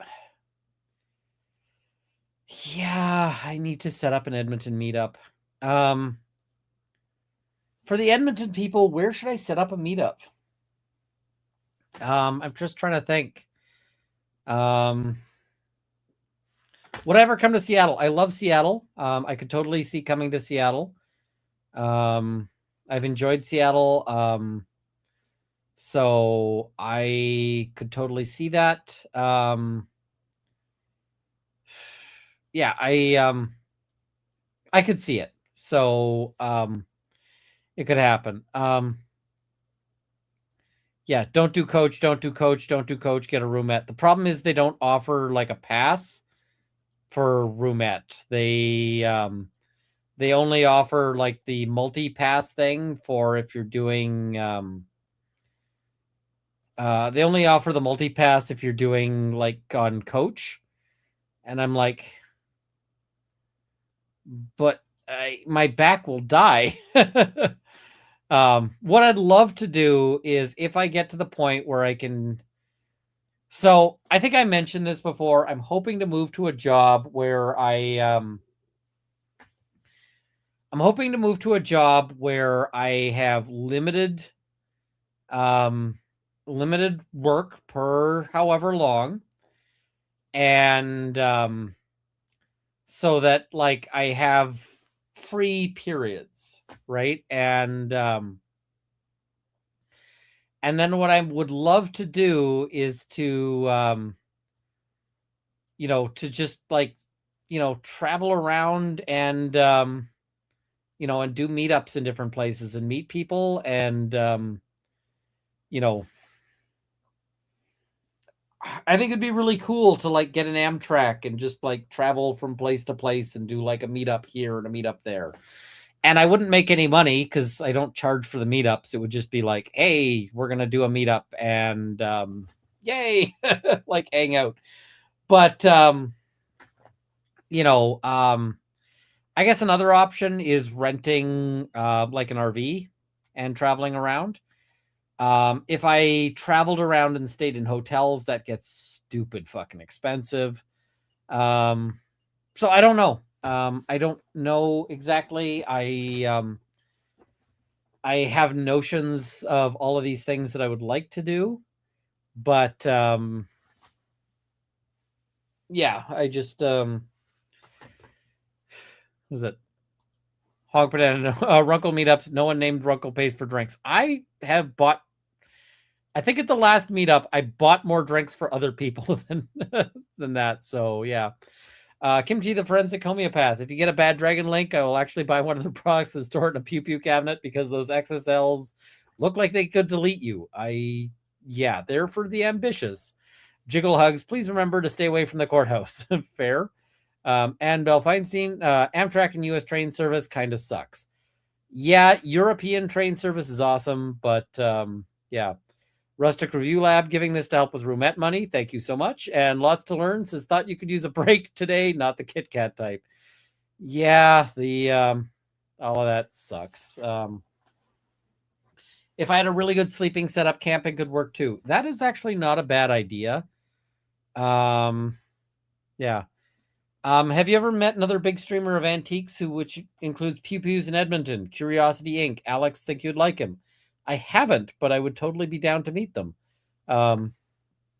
So yeah, I'm thinking I might do like I would love to do a tour, right? Like a tour of just go around to places, meet people, hang out. Um, yeah, I don't even know if it's practical. Um, so, and I mean, the other thing is I want to eat all the things. I am, I'm a person who likes food and like, I'm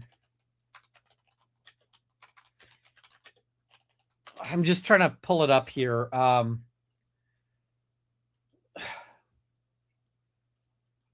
So no, this is not the page. This is here we go.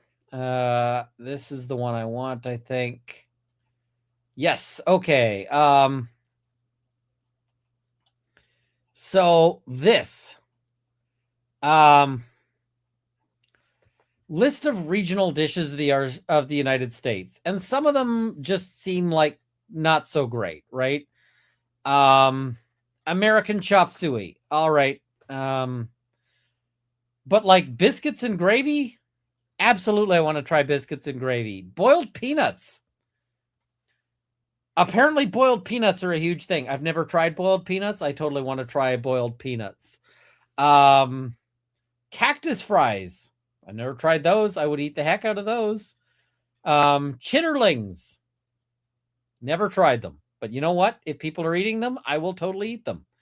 Um, all of these different things. Fried okra is amazing.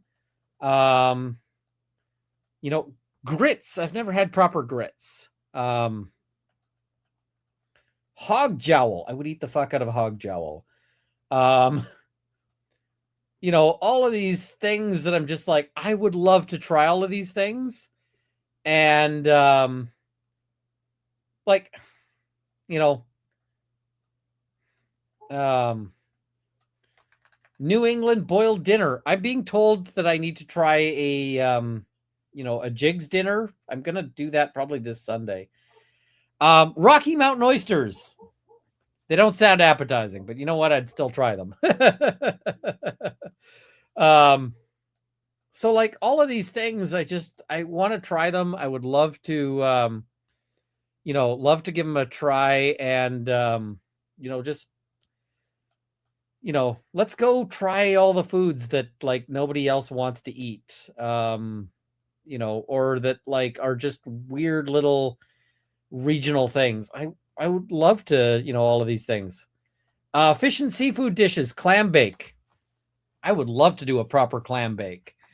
I haven't done that in ages, and I'm wondering if I could do that.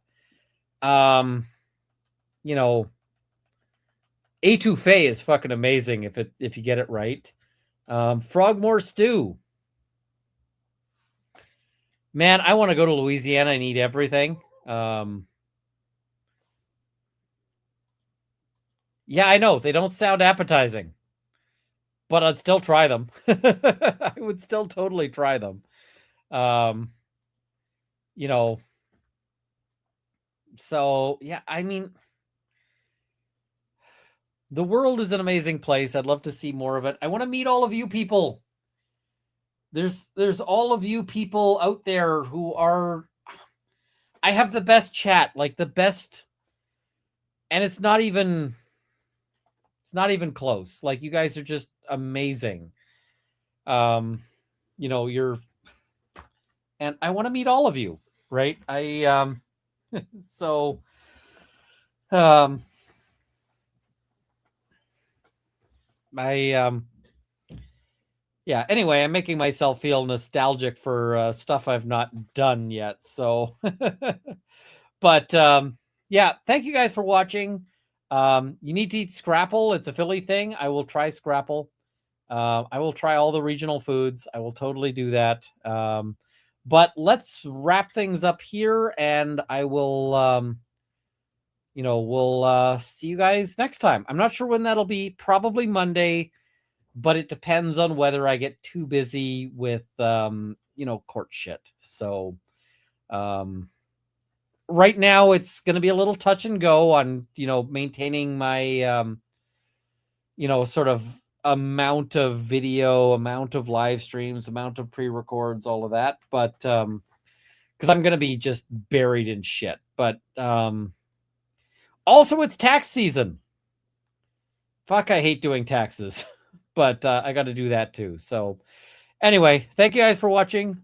See you next time. And oh, my outro video got unset. Let's do that. And yeah, see you next time.